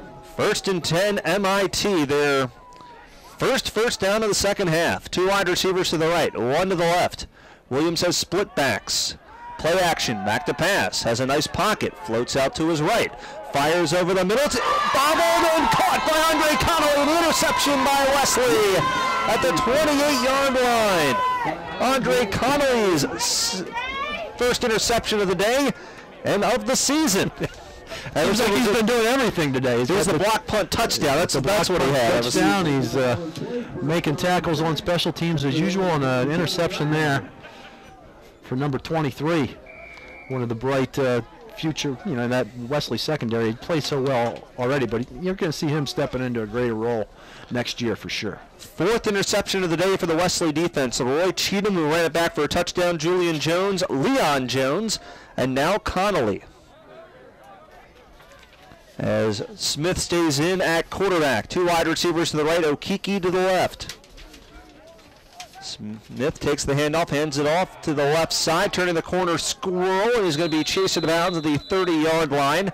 Gain of about 2 for Kennard. He'll set up a 2nd and 8 as we tick under 12:46 to go in the 4th quarter. Wesley 59, MIT nothing. Don't forget the high school Division II championship game is coming up next. Get that clock moving. There you go. I know the ball is, once it's spotted in play, then or ready for play. Wesley bunches 4 wide receivers to the right. Now we'll send Squirrel in motion from right to left. Smith takes the snap, hands it off to Squirrel. No, he's going to fake it and keep it. Will Smith up to the 30 and twisting his way to the 33-yard line. Matt Schmidt's lost his helmet for the 3rd time. Might be time to. Might be time for a new snap. New snap or something. Tighten that thing up. Now what's the device used to tighten to tighten the helmet? Well, like a screwdriver or something? Yeah, it's like pumping you up. You stick the hose like you're blowing up a football or a basketball, and you pump, and it fills the air up in there. 3rd down and 4, line to get the 37 for the first down. 3 right, 1 left. Handoff to Brandon Wright. He's trying to get outside, trying to get the first down, spinning close to the marker, needs the 37. Looks like it's to the 36. Cameron Wagar, who else, on the stop for MIT? Yeah, how many tackles does he have today? That's impressive play by number 15 for the Engineers. Yeah, he has had himself a ball game, and there's a timeout here for an Indy measurement here. So we'll keep it here with 11:53 to go, and they'll measure out for a first down for Wesley. And it looks like it's going to be just a little bit short. So Brandon Wright gets 3 7/8 when he needed 4. And Wesley's going to have to punt this away with 11:53 to go in the 4th quarter. Yeah, no reason to go for it right here.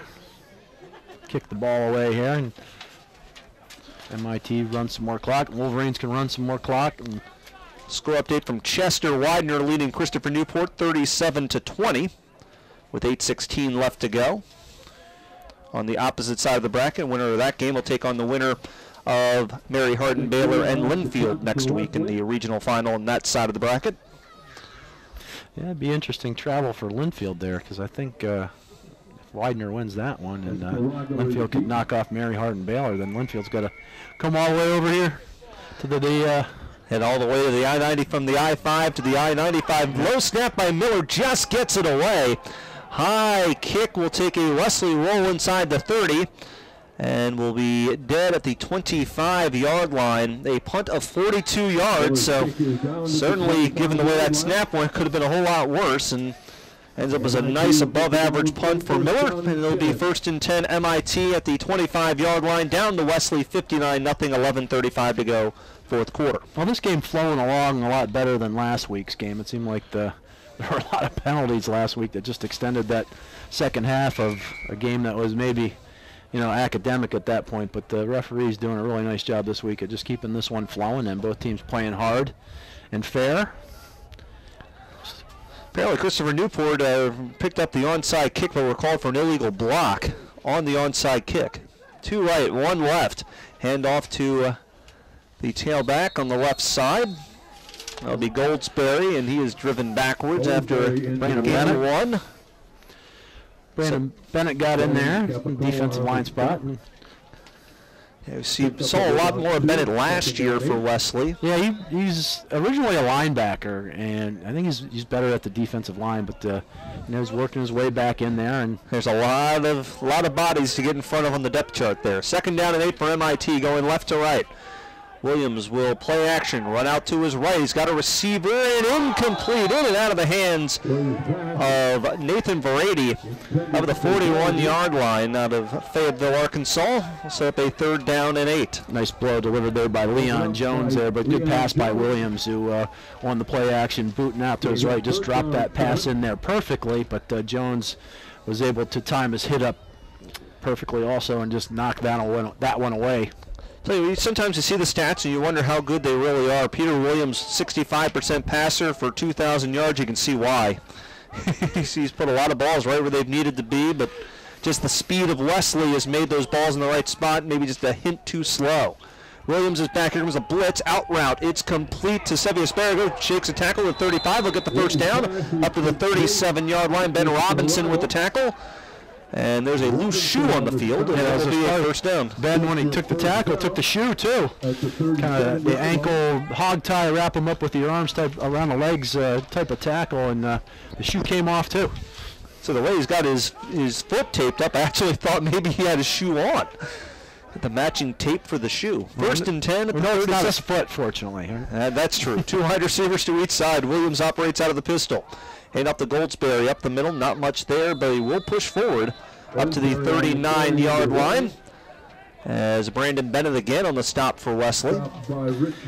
Yeah, and Rich Logan also on the tackle. You got to wonder if number 44, Justin Wallace, we haven't seen him here in the second half, is out with an injury. Yeah, we have not seen him in the second half. 2 wide receivers to the left, 1 to the right. Williams with split backs. Now rolling out to his left on the play action. He's going to run 40, 45. Gets a nice block from his receiver, and he'll be out of bounds at the 50-yard line. Peter Williams with the run of 10 yards and a first down MIT. And you can still hear that MIT crowd on the far side of the field. No one has left the stands over there as it remains full, despite the fact they're down 59-0.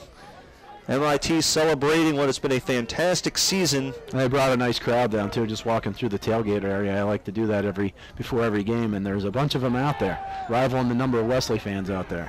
1st and 10. Williams again forced to scramble out to the left side. He'll get 5 yards before he's chased out of bounds. A 2nd down and 10 will result from that as again Ben Robinson chases him out of bounds. So Robinson picking up some tackles here in the fourth quarter of play here. 9:35 to go in the fourth. Wesley 59, MIT nothing. Yeah, some of these good young Wesley linebackers, Ben Robinson, Sammer Manner's in there, Derek Lauria's checked in. Hand off to Goldsberry up the middle. Needs the 40 for the first down. Not going to get it as he hits a wall at the 41-yard line. Gain of 3 will set up a 3rd down and 1. Yeah, looked like he ran into Derek Lauria there. Derek slash Lauria, fullback slash linebacker. With a nice stop there. Score update from Delaware Stadium. Hodson up 14-0 on Laurel as they play in the Division II championship game. 3rd and 1 for MIT in the D3 second round of college football. Play action Williams. He's got some space on the left side. 40, 35. And again, just running out of bounds. Good play by Williams. Gain of 8 is a first down engineered by MIT. Another boot there. And, you know, if the Wesley's not going to keep contained on Williams, you might as well keep running it as we go under 9 minutes to go in this football game.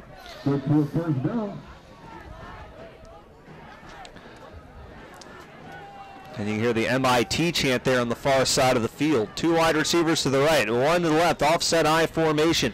Williams will run the screen out to Espargo, the tailback to the 30, 25, and knocked down at the 21-yard line, Leon Jones. And Andre Connolly finally making the tackle, but not before another first down, MIT.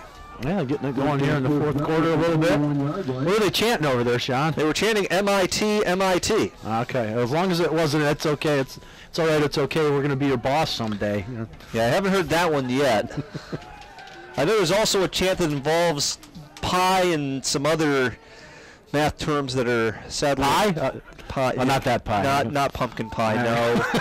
Rolling out to his left is Williams. I knew it was going to happen eventually.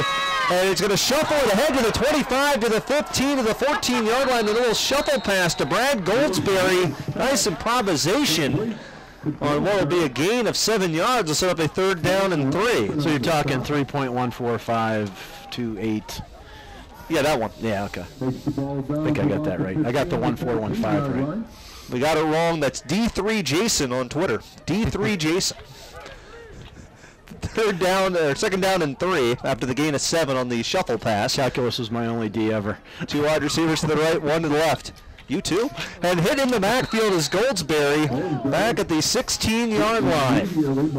That's Ben Robinson again having himself a second half. Had 2.5 tackles for loss coming in. He's going to add to that statistic today. And we've got whistles and a timeout called by MIT. We'll take it with them. 7:13 to go, fourth quarter. Wesley 59, the Massachusetts Institute of Technology, nothing. It's even better when you hear your phone go off and you can't find it. I don't hear it. It's like right in my pocket vibrating. There it is. And online degrees at convenient times for both their Dover and Dover Air Force Base locations. Do more than just follow the Wolverines to another successful year. Start this my cousin's parking space at Penn State game. For more information, contact Wesley Time College to at grade this game, ladies and gentlemen. Please visit NCAA.com/feedback. We welcome you back to Miller Stadium, Dover, Delaware. 7:13 to go in the fourth quarter. Wesley 59, MIT nothing. Sean Green, Jason Bowen, Randy Dasher back in our Wilmington studios. The high school Division II state championship game coming up next. Hodson leading Laurel 14-0. Don Volts and Bill Harmon will have the call as soon as we are done here from Miller Stadium. We got Dr. Johnson behind us with his... He's trying to sneak through with a plate of food. He always gives the food out to the press box at the end of the game. 3rd down and 5 at the 16. The things you don't see. Oh, there's a this wrap for for me. too. Two wide receivers to the right. Pump fake Williams. Now he's going to sprint out to his left. He's being chased. Now going to sprint out to his right. Nice stiff arm to get away from a man. Still on his feet is Williams. Now sprinting back to the left side. And Derek Lorius got him at the 35-yard line. Wow. That is called running for your life. Showing a lot of heart and determination, and then Derek Loria finally got to Williams' ankles. Yeah, what a play by Williams, and he's got to be tired after that one. That's I get tired going up the steps, but he eluded 2 tackles, including a great stiff arm at one point. Yeah, but just no one could get open, and full marks to the Wesley secondary, having to defend there for a good 10 or 15 seconds. Yeah, great job by the Wesley secondary. Great job by Williams, and bring up 4th down. And you might as well take a shot at the end zone here if you can get the protection. Maybe move the pocket a little bit here to the right side. 4th and 24. Williams fires over the middle and incomplete. In and out of the hands of Sammer Manna, who had a chance for his 3rd interception of the season. But the knockdown will give the ball back to the Wolverines with 6:14 to go in the 4th quarter, leading 59-0. And Jason, we kind of reset what is the status here for the Wolverines. They're going to pick up this win for the 9th time in 10 years. They'll advance to the region final, and they'll take on the winner of Hopkins and Hobart, a game that is 21-16 Blue Jays with 14:33 to go in the 4th quarter up in the Finger Lakes region of New York.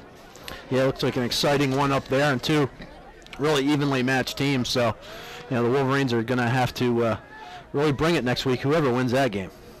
You don't have to remind Wesley how tight that game was in Baltimore last year against Hopkins. Offset I formation, single wide receiver to each side, and going to have whistles and a flag there as the Wesley fullback, Loria, was a little shuffle movement, but as he was doing it, he was kind of leaking forward a little bit, and that's a false start. Well, he tried to pull it off. He moved a little bit earlier, and then he kind of chopped his feet. Well, I'm going in motion, but the refs weren't buying it. MIT smart enough to point that out to the officials. You can't do that. No, that is illegal.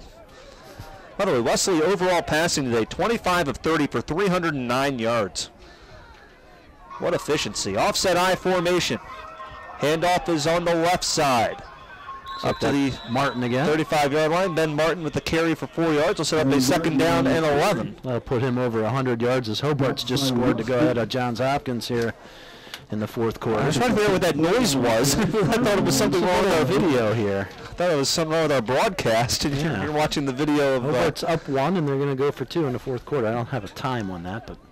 Under 4 minutes to go. 5:44 to go, 4th quarter here. Wesley 59, MIT nothing. Offset I still formation. Handoff on a reverse to the left side to Ben Martin to the 35 and out of bounds at the 38-yard line. Gain of 4 will set up a 3rd down and 7 as Martin goes over 100 yards for the 2nd straight day, despite playing as the 3rd Wesley halfback.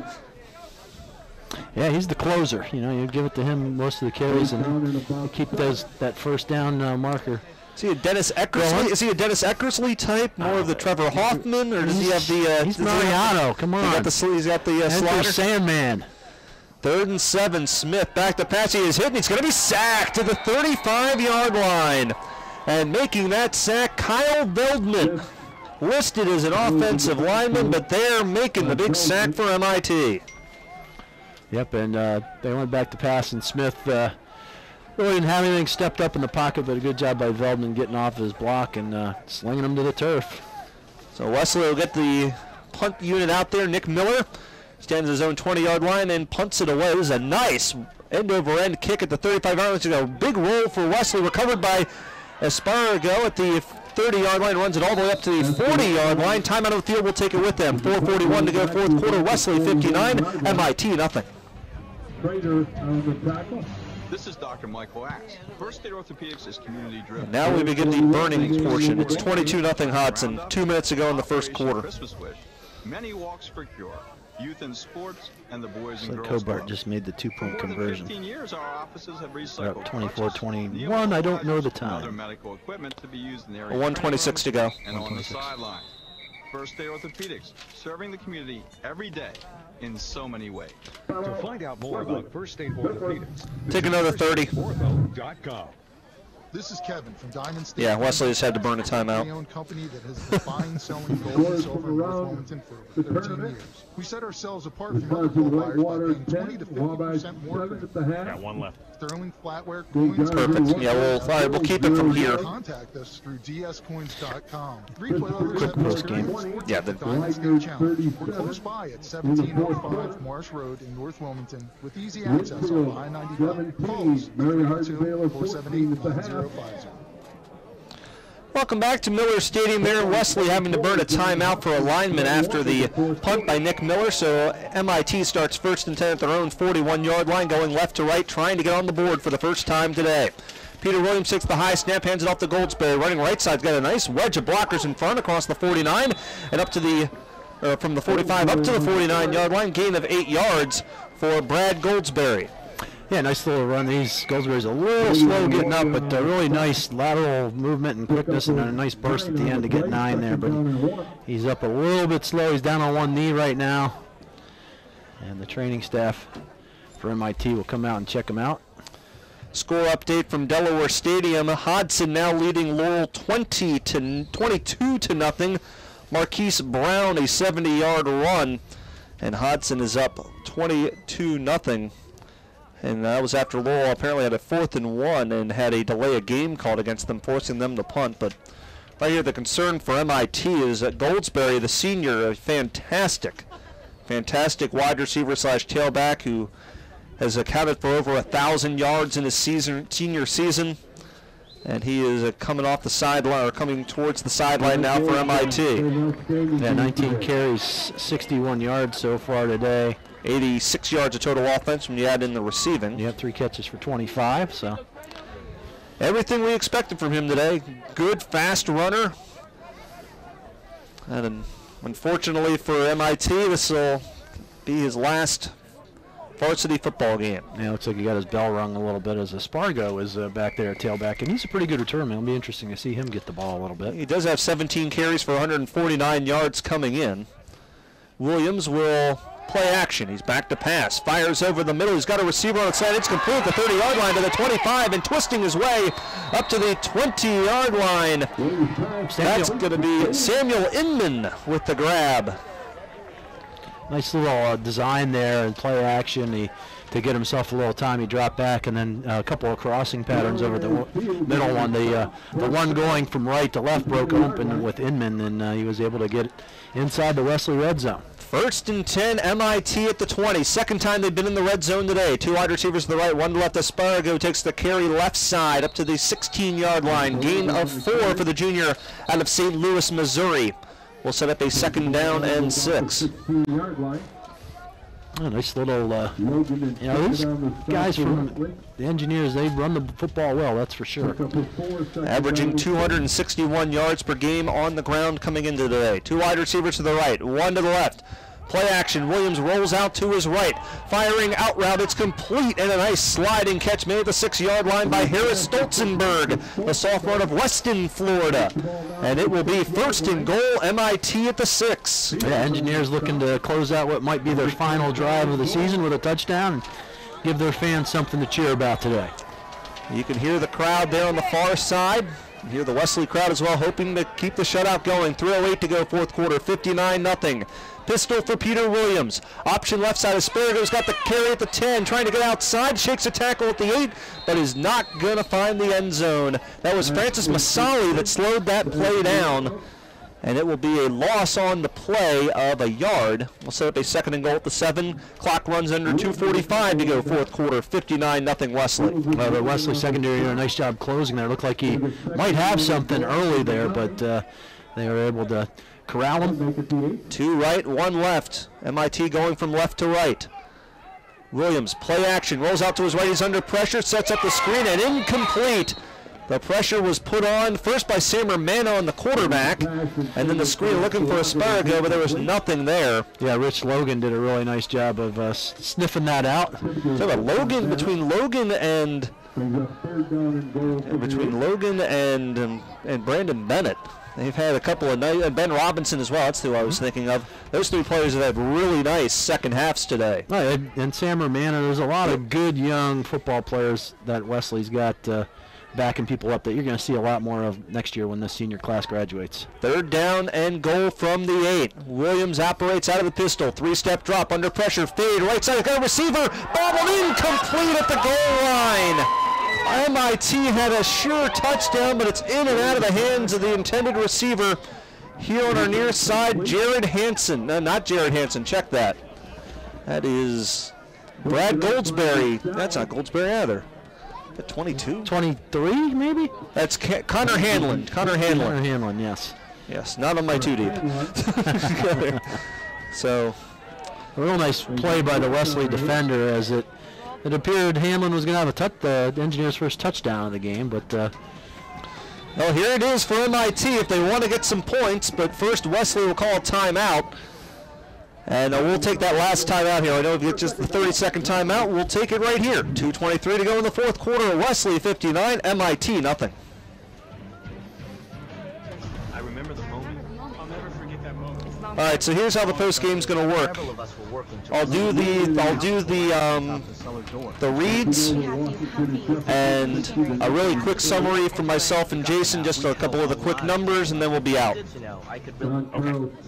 I'm a citizen soldier in the National Guard. Be there the moment your community needs you. Learn more at nationalguard.com. Hopkins is inside the 25. I don't know how much time's left. Broadcasters Association in this station. Welcome back to Miller Stadium, Dover, Delaware. 2:23 to go in the 4th quarter. Wesley 59, MIT nothing.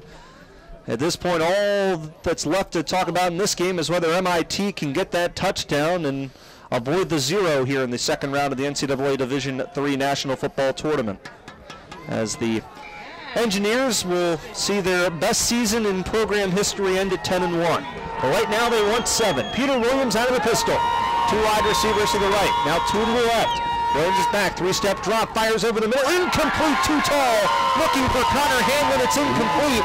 No flags, and Wesley's defense holds. Yeah, they ran a nice little choice route. They ran him in motion from the left side to the right side, Hanlon, and then he ran that little fake out, and then cut back in, and the pass just a little bit high. Hanlon's not the tallest guy on the team, and Williams just probably wants that throw back, because if he would have had that a little bit lower, that would have been a touchdown. So now Wesley's offense back on the field, probably needing one more first down to put an end to this game. At the end of 1 quarter at Delaware Stadium, Hodson 22, Laurel nothing. Don Volts and Bill Harmon are standing by with the call. We'll let you there as soon as we are done here from Dover. Offset eye pistol formation for the Wolverines. Smith will hand it off. And right out the middle, Brandon Wright up to the 10-yard line, driving the pile close to the 11, gain of 3. We'll set up a 2nd down and 7. Winner of this game playing the winner of the Hobart-Hopkins game, which has been an epic game so far. It's 24-21 Hopkins, less than a minute to go. Or sorry, Hobart, but Hopkins is driven inside the 10-yard line of the Statesman. Only Hopkins trying to make up for being eliminated last year on a game-ending drive that Wesley put on, and now we've got a timeout and an injury timeout here for MIT, as there's a player hobbling on the far side of the field. That is Andrew Wren, the defensive lineman, who had that nice knockdown of a pass earlier today. So now the play clock will run. A fresh 40 seconds put up there, so that's probably good for everyone involved.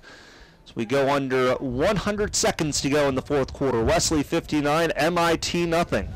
And Wesley taking on the winner of Hopkins and Hobart next Saturday here at Miller Stadium. Handoff is to right, left side, 15-20, 25-yard line, a gain of 14 yards for Brandon Wright. That puts him now at 27 on the game, and will put him at, so how many did he need? He needed 31. He's 4 shy of 2,000 for his career unofficially, assuming I did the math right. It's always a big assumption. And he's not going to get it today, as Wesley will go to the victory formation. And Wesley will just need to kneel it down twice here to put an end to this game, as the referee comes in tight here. I think they're going to try to find a way to make this as minimal as possible in terms of the snaps remaining here. There's the knee by Zach Smith. Wesley will improve to 11-1 and advance to the NCAA regional final for the 8th time. Should be the 9th time in 10 years.